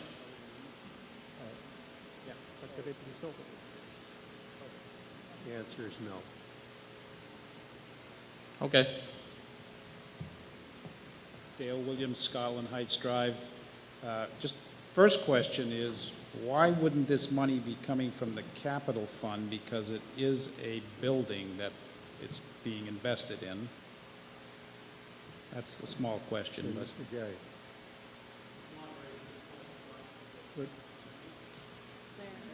Mr. Gay, could you come to the microphone? Either that one or this one. This request did come in front of Capital Planning Committee. It was the least supported element, and Capital Planning does not recommend paying $200,000 to fill out the Manta Field House at this time. that didn't answer my question. Why would the money come from free cash and not from the capital fund, if in fact it was approved? Which capital fund are you referring to? Where the money went for all the land sales and... We have to identify, upon approval of a project, where the funds can come from. We have stabilization, we have land use, we have, in this case, free cash. We consult with town manager as to what's the most appropriate avenue to fund the project, if it's going to be funded. Okay, thank you. We already have the building in place. Last fall, we voted $60,000 for the septic system, Correct. which is yet to be designed or put out for bid, as my understanding. Correct. All we need in this building that currently exists is bathrooms to make it functional. Are they going to be gold-plated urinals? Is that what the $200,000 is for? The Recreation Committee did a significant job of designing a relatively appropriate structure with all the associated costs, the electrical, the plumbing, the interior, to fulfill the building structure.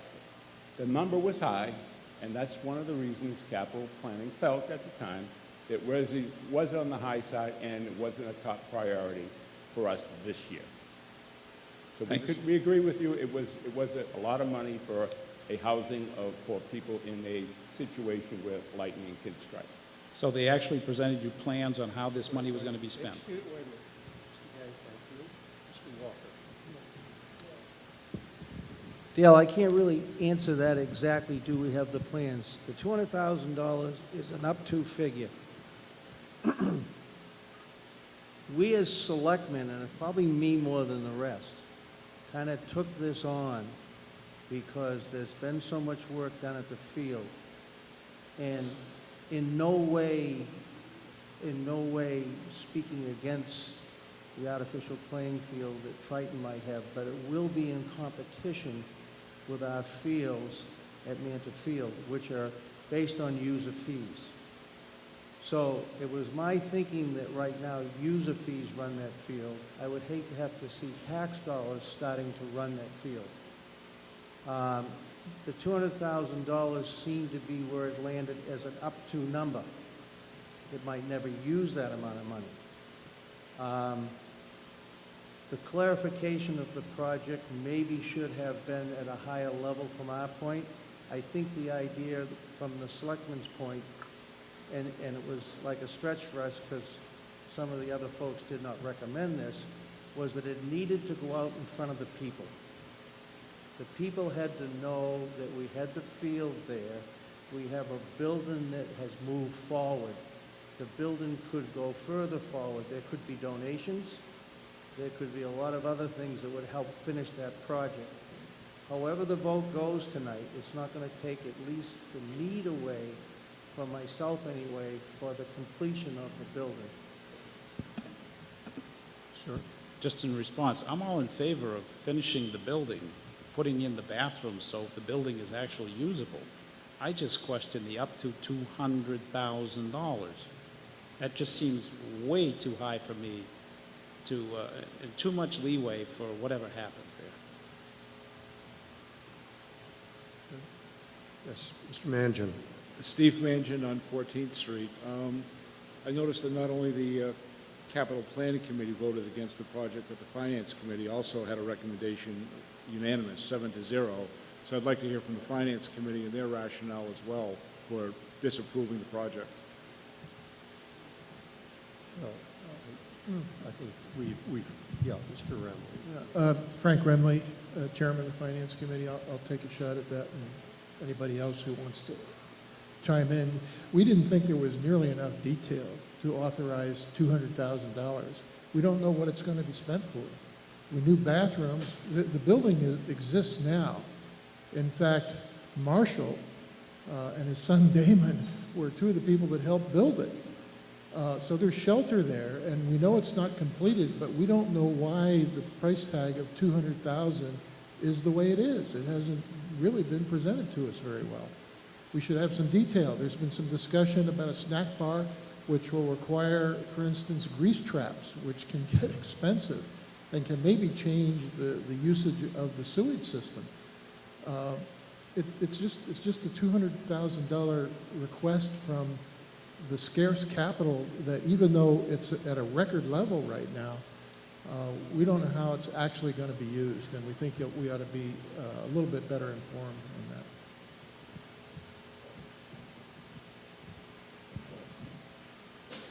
So, I'm Rebecca Takesian. I live at 76 Central Street. I actually serve on the Recreation Committee. And I have to tell you, for over 10 years, this committee has gone through various board members on both sides. And we have done everything that the town has asked us to do. They asked us to maintain the fields for the children, and we did. They asked us to give a home to football, cheerleading, soccer, lacrosse, and we did. There's a place to go sledding in the winter. It is well used by walkers, people who go there just for themselves, joggers, kite flyers, and people who like to go and walk their pets. It's a wonderful place, and it is beautiful. Now, we were charged with certain things, and the one thing that's left for us to do is to open the field house. We went to the Capital Planning Committee, we went to the Finance Board, and we went to the Town Administrator, and we were told exactly what to do. So here's the funny story. We didn't want $200,000. We were told that was the amount we should request because we would then be covered if anything unforeseen should happen in the completion process.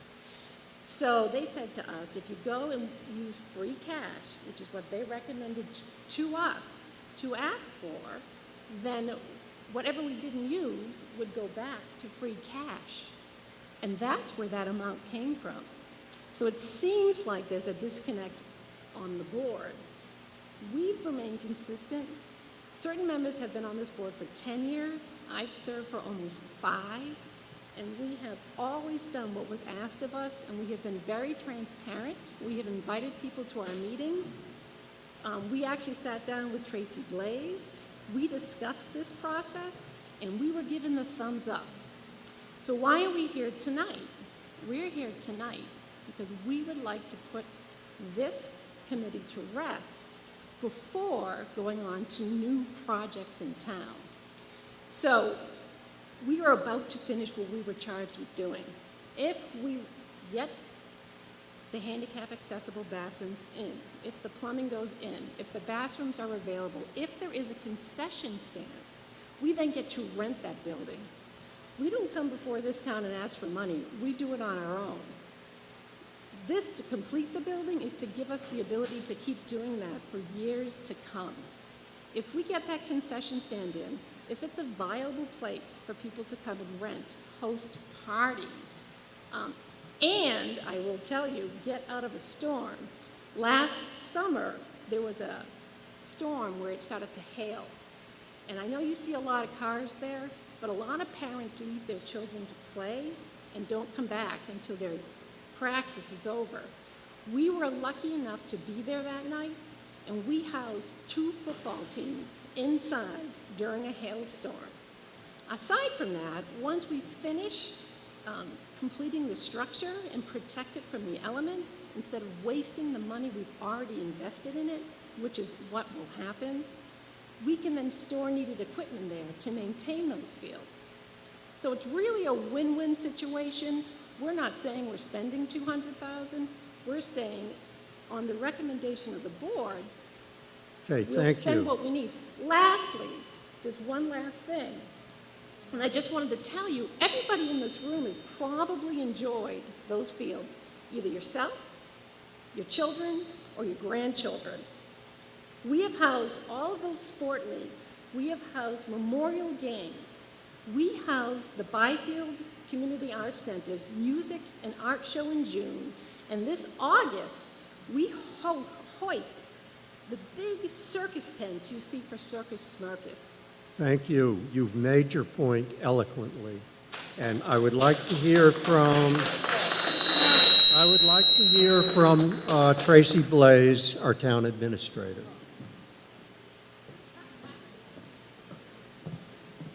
Mrs. Takesian is correct. She was asked, or the committee was asked by my office and by the Board of Selectmen to come up with some detailed estimates. And what we did was we contracted with an engineering firm, Savoy Engineering, I believe it was, and for a fee of approximately $25,000 to come up with the plans to complete the field house, because everyone would like to see it complete and operational.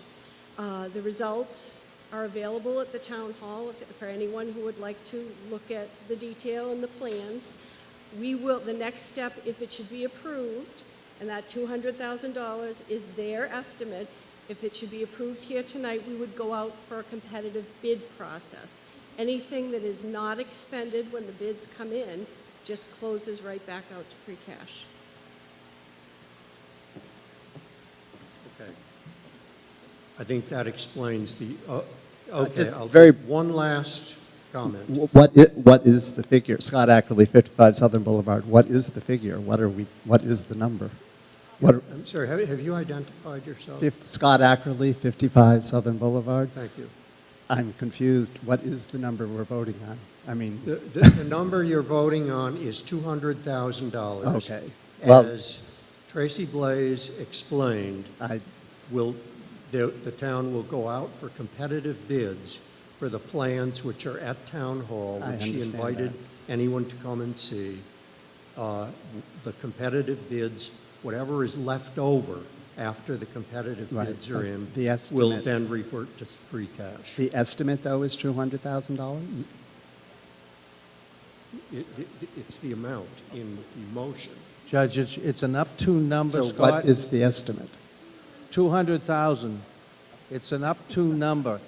And what I have to say to everyone here tonight, you don't have to internalize this and make it a real issue tonight. Why don't we think about what we need to do, whether this gets voted up or down? Like Tracy said so eloquently, we do have a study, we do have information. If we don't have enough information for the vote here tonight, we can vote it down and we can bring it up again when there is more information. So rather than make it an issue that puts a negative aura on all the hard work that's been done on the fields, if we haven't given you enough information, tell us tonight and we'll give you more information forthcoming. Okay. Yes. Okay.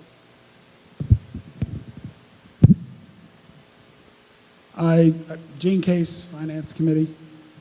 I think I need to make some corrections in the woman who spoke. I've been on the Finance Committee forever, it seems. I don't recall having a recommendation at all come before this board by any member of the Recreation Committee, at least not within the last year. And this board, under no circumstances, suggested a figure of $200,000. So there's not a disconnect.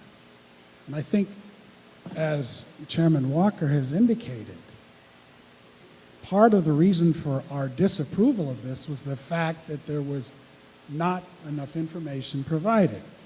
I think, and I agree with Mr. Walker, no one wants to deny the use of the field or the completion of this field house. But it would be irresponsible of us who represent town meeting to make a decision based on incomplete information. And I think if we have complete information, then we can move forward with this project.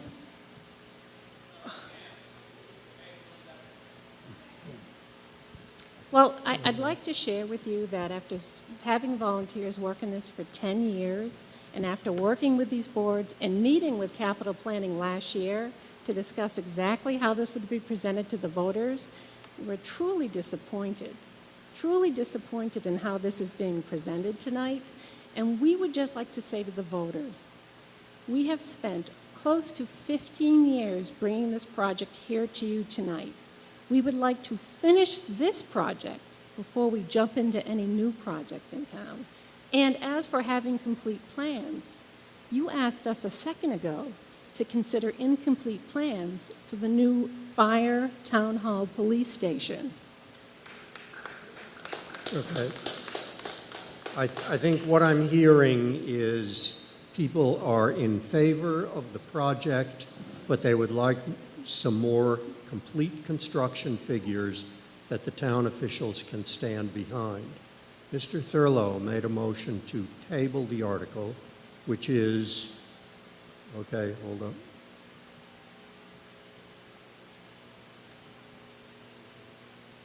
Yeah. Okay. I think we'll interpret it as a motion to vote on the question. And I think we should vote on the question. All those in favor of the article, which would appropriate the sum of $200,000, it's Article 15, to complete the field house project. All those in favor say aye. Aye. All those opposed? No. I think the noes have it. Okay, then we'll do a show of hands. I'd like the counters to come back. It's a simple majority vote.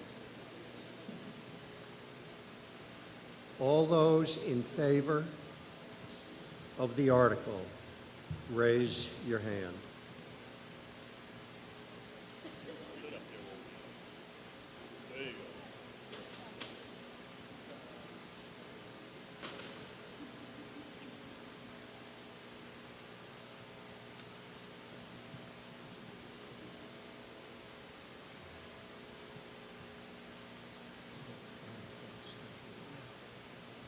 So,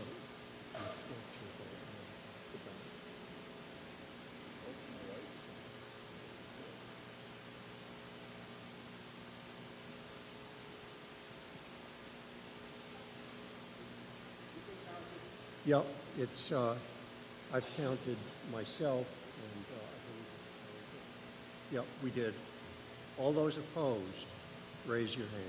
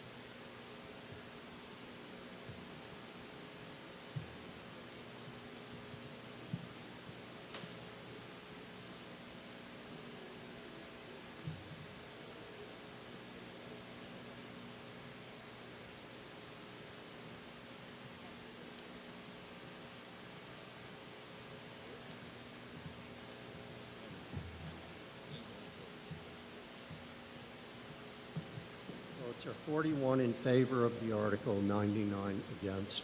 The article fails. Article number 16, Mr. Bayer. Move that the town vote to authorize the continuance of the Recreation Revolving Fund in accordance with Mass General Law, Chapter 44, Section 53E and 1/2, to be credited with receipts from the field rental fees, to be expended from the purpose of maintaining fields, and further that the Recreation Committee is authorized to spend up to $50,000 from the fund during fiscal year 2016. Is there a second? An explanation, this is simply the operation of a revolving fund. But even though it's a revolving fund, we have to vote to appropriate the money so that the money in the revolving fund can be spent for the purpose of the revolving fund. Okay, any discussion? All those in favor? All those opposed? The ayes have it. Article 17, Mr. Jesperson.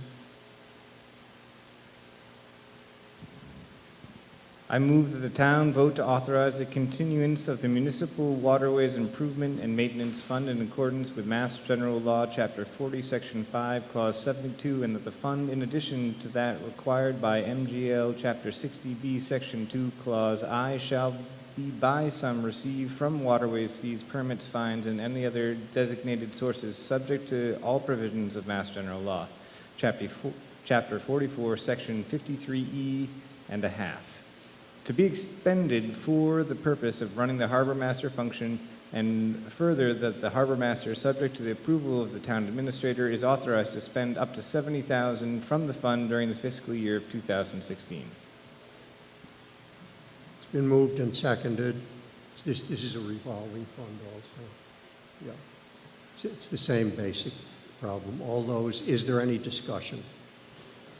Sir, yep. Nina Tanis, Newbury. I was just wondering, we approved $50,000 for a new ramp, and one of the items here is for ramp maintenance. Would that reduce any of that cost from $70,000 if we're putting a whole new one in? We're talking about the same ramps. Anyone know? Yeah, Mr. Jesperson.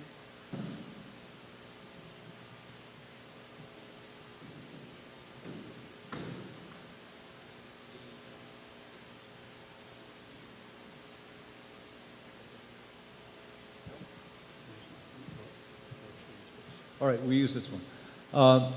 The new ramp is a capital fund, and it's not part of the ongoing operation of the harbor master. What we're doing is replacing the old ramp, and so it doesn't fall under this $70,000. The $70,000 is just basically to use what they collect in fees.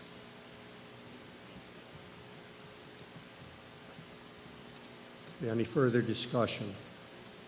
All those in favor say aye. All those opposed? The ayes have it. Article 18, Mr. Colby. Mr. Colby, Article 18. I move that the town vote to accept the provisions of Chapter 44, Section 53F and a half of the Massachusetts General Laws, establishing an ambulance enterprise fund effective fiscal year 2016. Motion's been made and seconded. Is there any discussion? See none. All those in favor? Aye. All those opposed? No. The ayes have it. And Ms. Greco? I move that the town vote to appropriate the following sums of money to operate the ambulance enterprise fund. Salaries and wages, $95,862. Expenses, $86,717. Debt service, $22,083, totaling $204,662,000. And that $204,662,000 to be raised as follows. Departmental receipts, $204,662,000. This again is a revolving fund. The enterprise fund that operates like a revolving fund. Yeah, of the receipts. Okay, any discussion? All those in favor? Aye. All those opposed? No. The ayes have it. Article number 20, Mr. Bayer.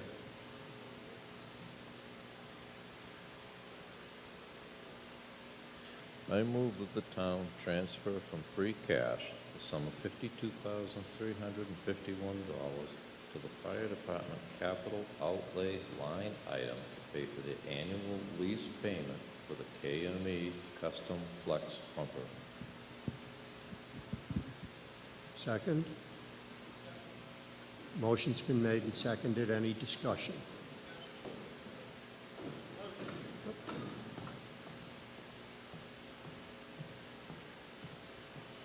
Was this the same article that was just rejected by the voters? No, no. How is it different? This is, what the voters rejected was paying off the entire balance so that we didn't have to make annual payments. Because they rejected that, this is the annual payment that we have to make. Okay, This so overall- this is the annual payment. This is the annual payment. The entire expense was approved last year at town meeting. What was put forth on the ballot was a way to save the town $60,000 in interest costs by paying it off in 1 year. And that would have come off of everybody's tax bill after that first year, for a point of clarification. Okay, I just wanted to make sure whether it was the same or not. It's Thank not you. the same. Okay. Sir? To the mic. John Pearson, 31 South Street, Byfield. So we're buying a fire truck for a private organization? Is that what I understand? I believe the fire truck was already approved. It was purchased and it's in operation now. We are dealing now with the payments to be made on it. Why would we do that? It's a private organization. We're buying them a fire truck? But we bought it, so we have to make the payments. Who approved that? The town meeting. We did. The voters at town meeting last year approved this expense. So we just have to make the payments that we owe.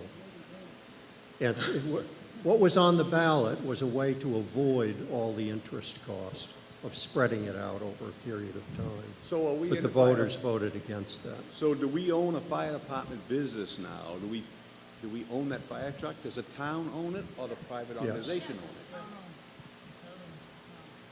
Wait a minute. The town owns. Wait a minute. Okay. We have an ambulance service that can't be owned by a private organization, and we have a fire truck that can be owned by the town. So are we in the fire department business or not? Are we leasing fire departments, or do we now own a fire department? That's what I'm wondering. Mr. Moderator? We're leasing a fire truck. We voted on that last year.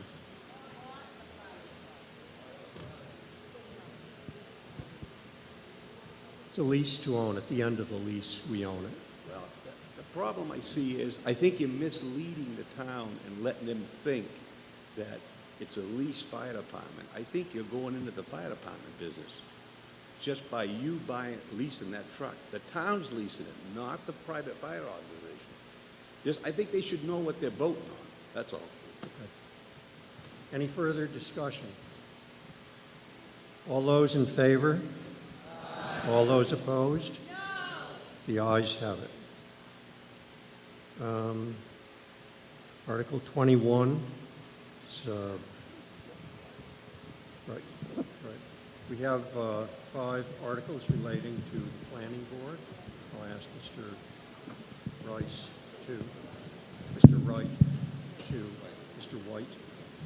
to identify those. So first, Article 21. Mr. Weiss will move the article. Yeah, John Weiss, Chair of the Planning Board. Items 21 through 24 that you look at here are all items that we have made changes to the zoning code after discussions with the Zoning Board of Appeal and the Building Commissioner to make certain sections of the code read easier and to clarify how, which departments have responsibilities. So, Article number 21. I move that the town vote to amend the Town of Newbury zoning bylaws. Article 10, General, Paragraph 97-10D, accessory apartments, in its entirety, and replacing it with a new 97-10.d, as written verbatim in the Finance Committee Appropriation Book. Motion's been made and seconded. Is there any discussion? Do you wish to say anything further, Mr. White? Mr. Wise? Okay, all those in favor? All those opposed? Article It's 20 passed unanimously. Article 22, I move that the town move to amend the Town of Newbury zoning bylaws. Article 11, Administration, Paragraph 97-11.d2, written definitions, to revise and or add certain definitions as written verbatim in the Finance Committee Appropriations Booklet. Motion's made and seconded. Is there any discussion? All those in favor? All those opposed? The vote is unanimous. Aye. Article number 23, I move that the town vote to amend the Town of Newbury zoning bylaws. Article 6, dimensional regulations, as written verbatim in the Finance Committee Appropriations Booklet. Motion's made and seconded. Is there any discussion? All those in favor, say aye. All those opposed? The ayes have it, and it's unanimous. Article 24, I move that the town vote to amend the Town of Newbury zoning bylaws. Article 10, general regulations, paragraph 97-10.A1 small a, as written verbatim in the Finance Committee Appropriations Booklet. Motion's made and seconded. Any discussion? All those in favor? All those opposed? The ayes have it. It's unanimous. Article 25 is different. It does relate to the zoning code, but it relates to specifically to the change of responsibility for overseeing and granting authority for ground-mounted solar voltaic installations, moving that responsibility from the Board of Selectmen to the Planning Board. And so with that as an explanation, I move that the town vote to amend the Town of Newbury zoning bylaws. Article 5, special permits, general paragraph 97-5.f, ground-mounted solar voltaic installations as written verbatim in the Finance Committee Appropriations Book. Motion's made and seconded. This is moving the enforcement authority from the permit granting authority from the Board of Selectmen to the planning board. to the Planning Board. And is this at the Excuse me, request of for- the Board of Selectmen? There's some explanation. The planning board currently has responsibility for all such facilities of 2 acres or below, and the Board of Selectmen have for 2 acres and above, and this would make it all for the planning board. That would be responsible for all. Mr. Walker? Actually, I think John said it very well, and what we've found at our board level is that it seems to be, we don't have access right now to engineering. We do have access because the town planner helps us quite a bit, but sometimes it's outside what our normal duties are.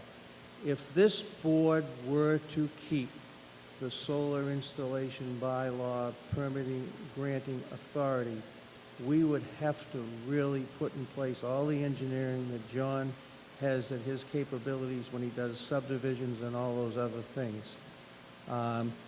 So that's the reason that we as a board decided that it might be better housed with the planning board.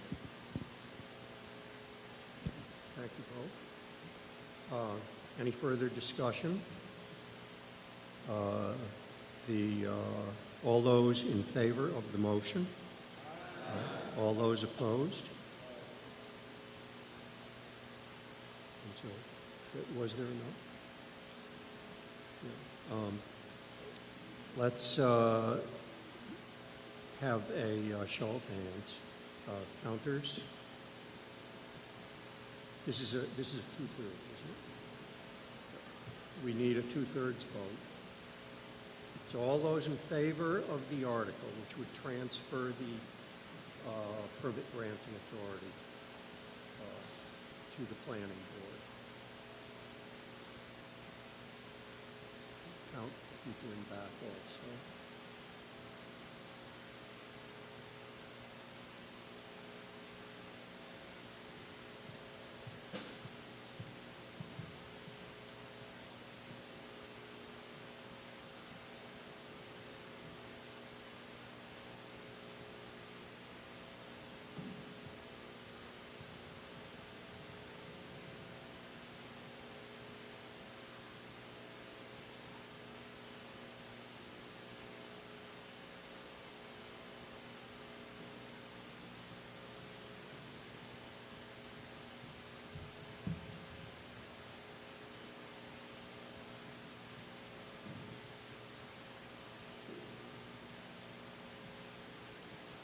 All those opposed to transferring to the article transferring the authority, please raise your hand.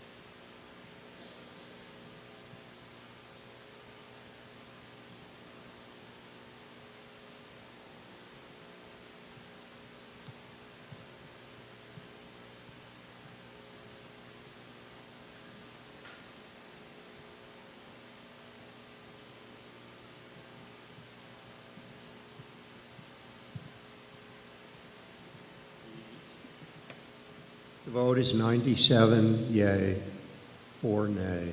The ayes have it. The article passes. Article 26, Mr. Jesperson.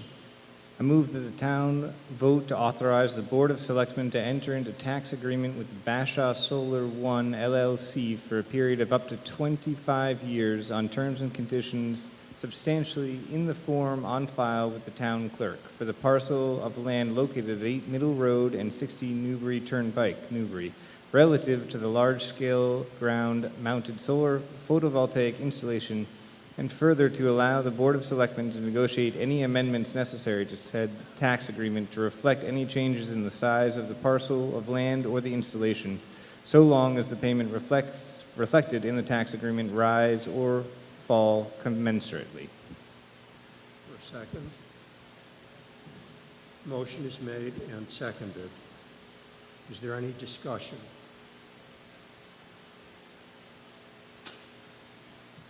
Mr. Mangin. Steve Mangin on 14th Street. And again, I'm wondering, just what are the financial implications of this? Does this represent money coming into the town, going out of the town? It's just not clear to me. What Answer this the question.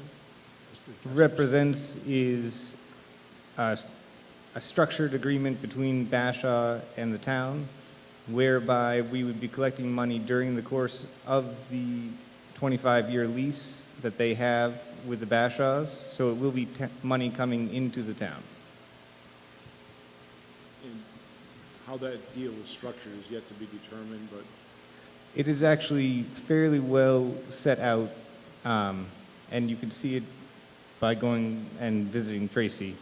It's a rather long and cumbersome document. is there a bottom line where you can say it works out to be 2 cents a kilowatt hour or whatever it is? That's more tangible than a long document. I don't have the number in the top of my head, but I believe, oh.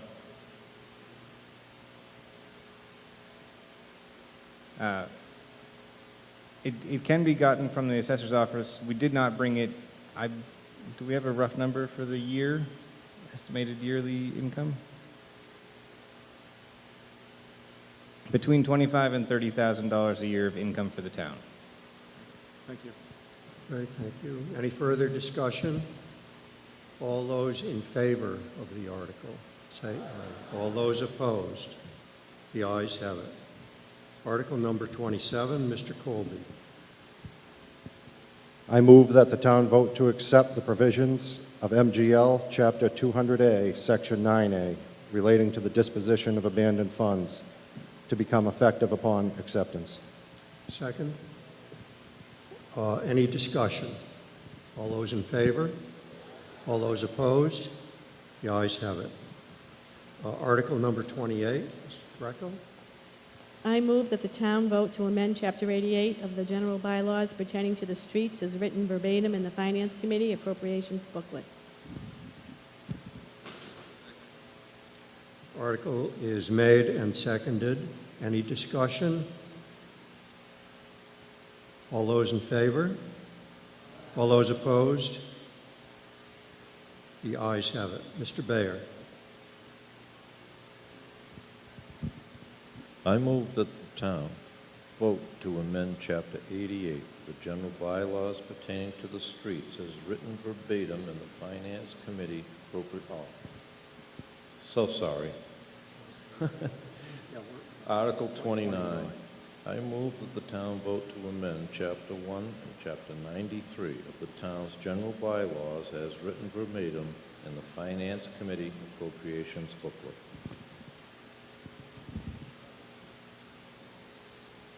The motion's been made and seconded. Is this amendment consequential? Does anyone know what it does? We vote to amend.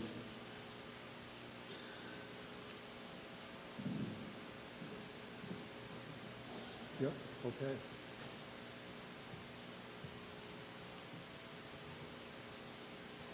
This is just general housekeeping for this particular bylaw. The intent of the bylaw was to allow those that have permits to park on Plum Island and other places within Newbury be entitled to do so year-round. Our bylaw does not clearly state that right now, and this is to housekeep that up on behalf of the residents. It sounds reasonable. Help me out. Did we skip over Article 28, or did I miss it being voted on? We missed Article 28. We'll go back to it. Oh, you missed it. We didn't miss it. Yeah, it was, Ms. Greco made the motion, it was seconded, and we voted. And it was unanimous. Okay, any discussion of Article 29? Article 29. I know it's late, folks, but if I read this properly, it says, if I read it correctly, it says that people may already not park between May 15th and September 15th on the northern side, on the beach side of Northern Boulevard without a permit. By striking between May 15th and September 15th, that all dates inclusive, that means that people without a permit would never be able to park there. Is that true? That's correct? I live my wife and I live on the beach side of Northern Boulevard, and people are welcome to park there in the winter. We welcome them to Plum Island. So I would vote against this. Okay, thank you. Any further discussion? All those in favor of the, sorry? Yep.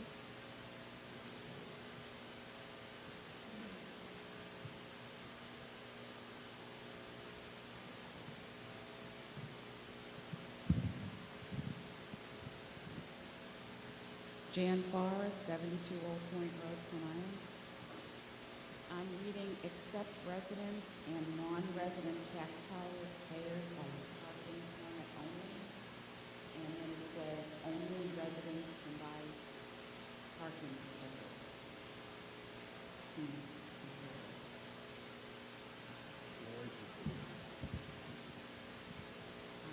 93-14, and then the revision below.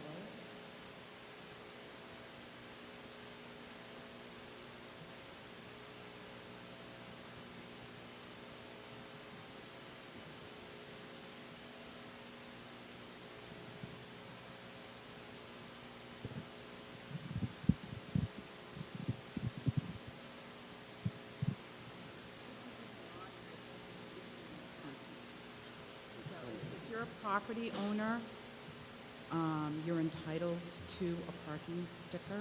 You may not be a resident, but you're a property owner. Yeah. The intent is that we offer parking stickers to our residents, and we entitle them to park. There's very limited parking down Plum Island. We sell those stickers calendar year to our residents. And there's very limited parking, so we're trying to ensure that those who pay for parking stickers are entitled to park in the limited amount of spaces that we have available. Thank you, Mrs. Noyes. Any further discussion? Thanks. I have a question. Yep. Susan Ricker, 17 Nob Hill. Following up on the rules, just so I understand them. In the winter right now, a resident can park in these spots without purchasing a sticker. Now a resident would need to purchase a sticker in order to park in those spots in the winter.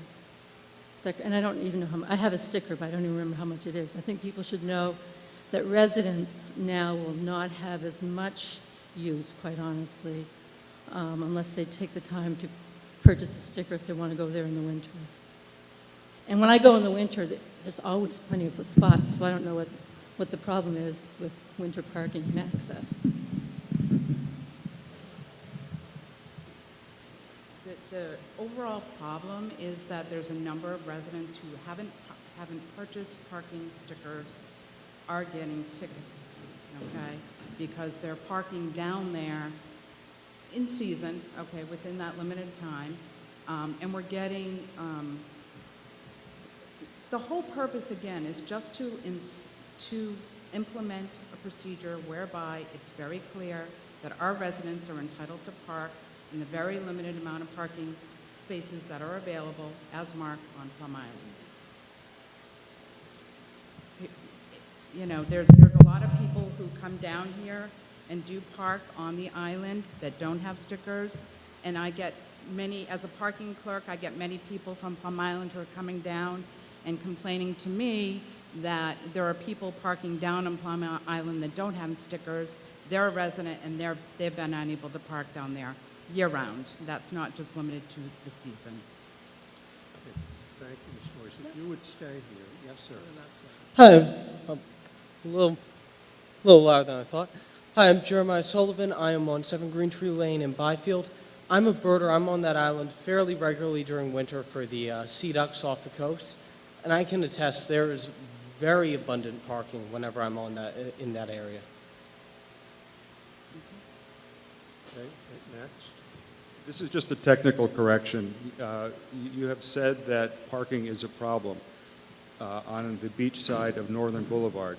In the winter, parking is not a problem on the beach side of Northern Boulevard. Mr. Mangin.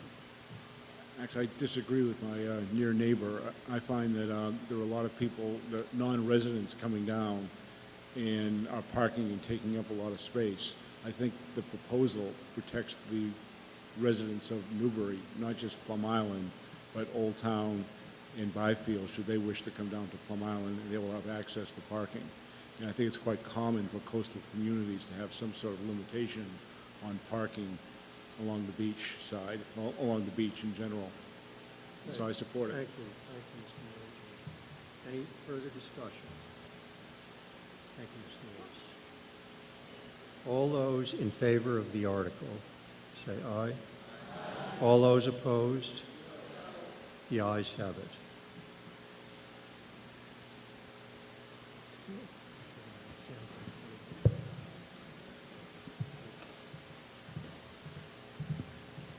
Okay, Article 30, Mr. Walker. Article number 30, and I wonder why I was given this one, but I move the town vote to accept the provisions of Mass General Law, Chapter 138, Section 33B, giving the Board of Selectmen the ability to authorize a license to sell alcohol beverages between the hours of 10 a.m. and 12 noon on Sundays, the last Monday in May, and on Christmas Day or on the day following the said day that occurs on Sunday.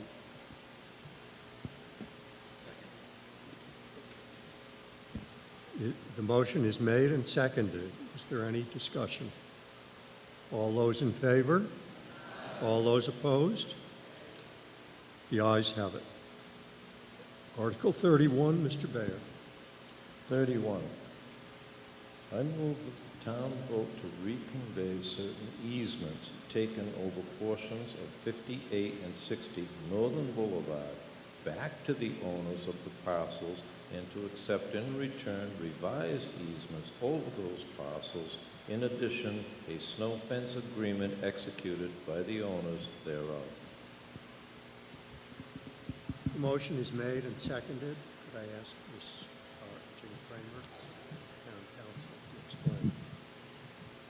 This vote is required in order to settle a lawsuit that was brought by two owners of lots on Plum Island after the town took easements over their property as part of the beach nourishment project that happened in or around 2009.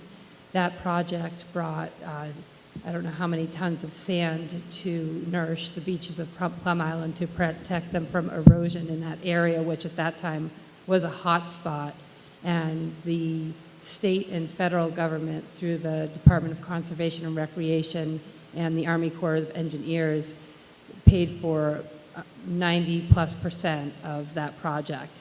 In order for the town to leverage that 90+% paid by the state and federal governments, this town was required to acquire easements over all of the properties that were receiving sand.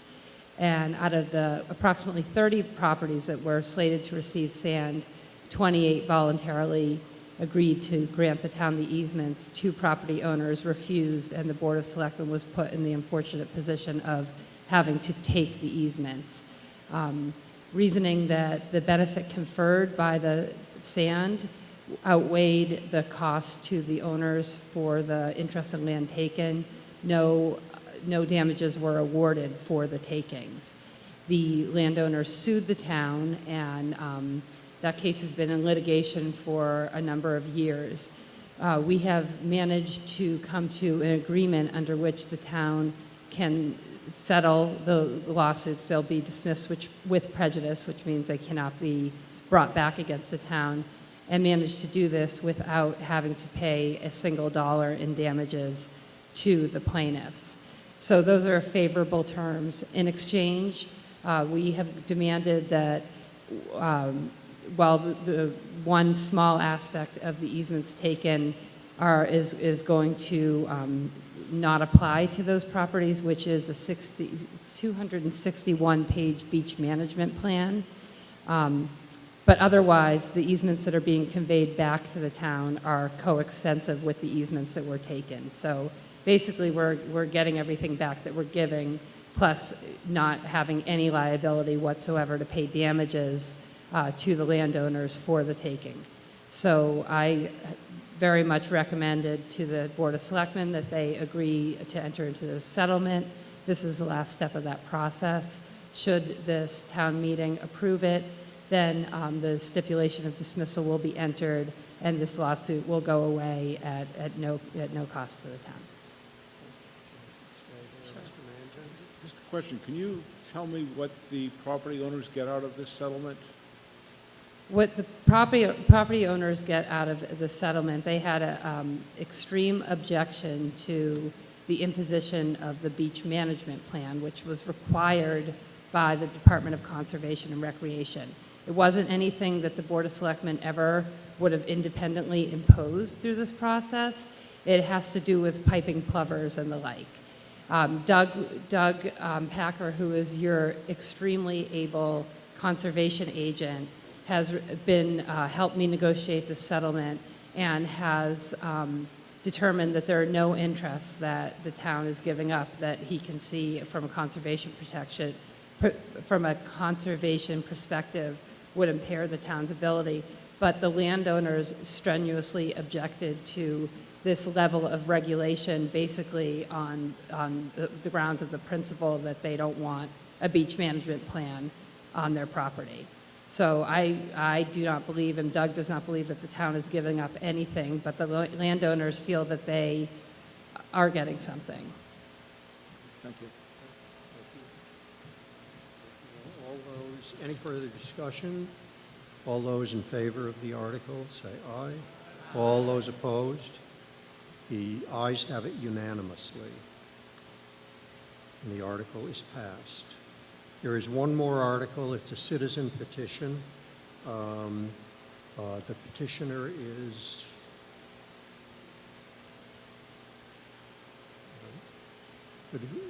sorry, who is?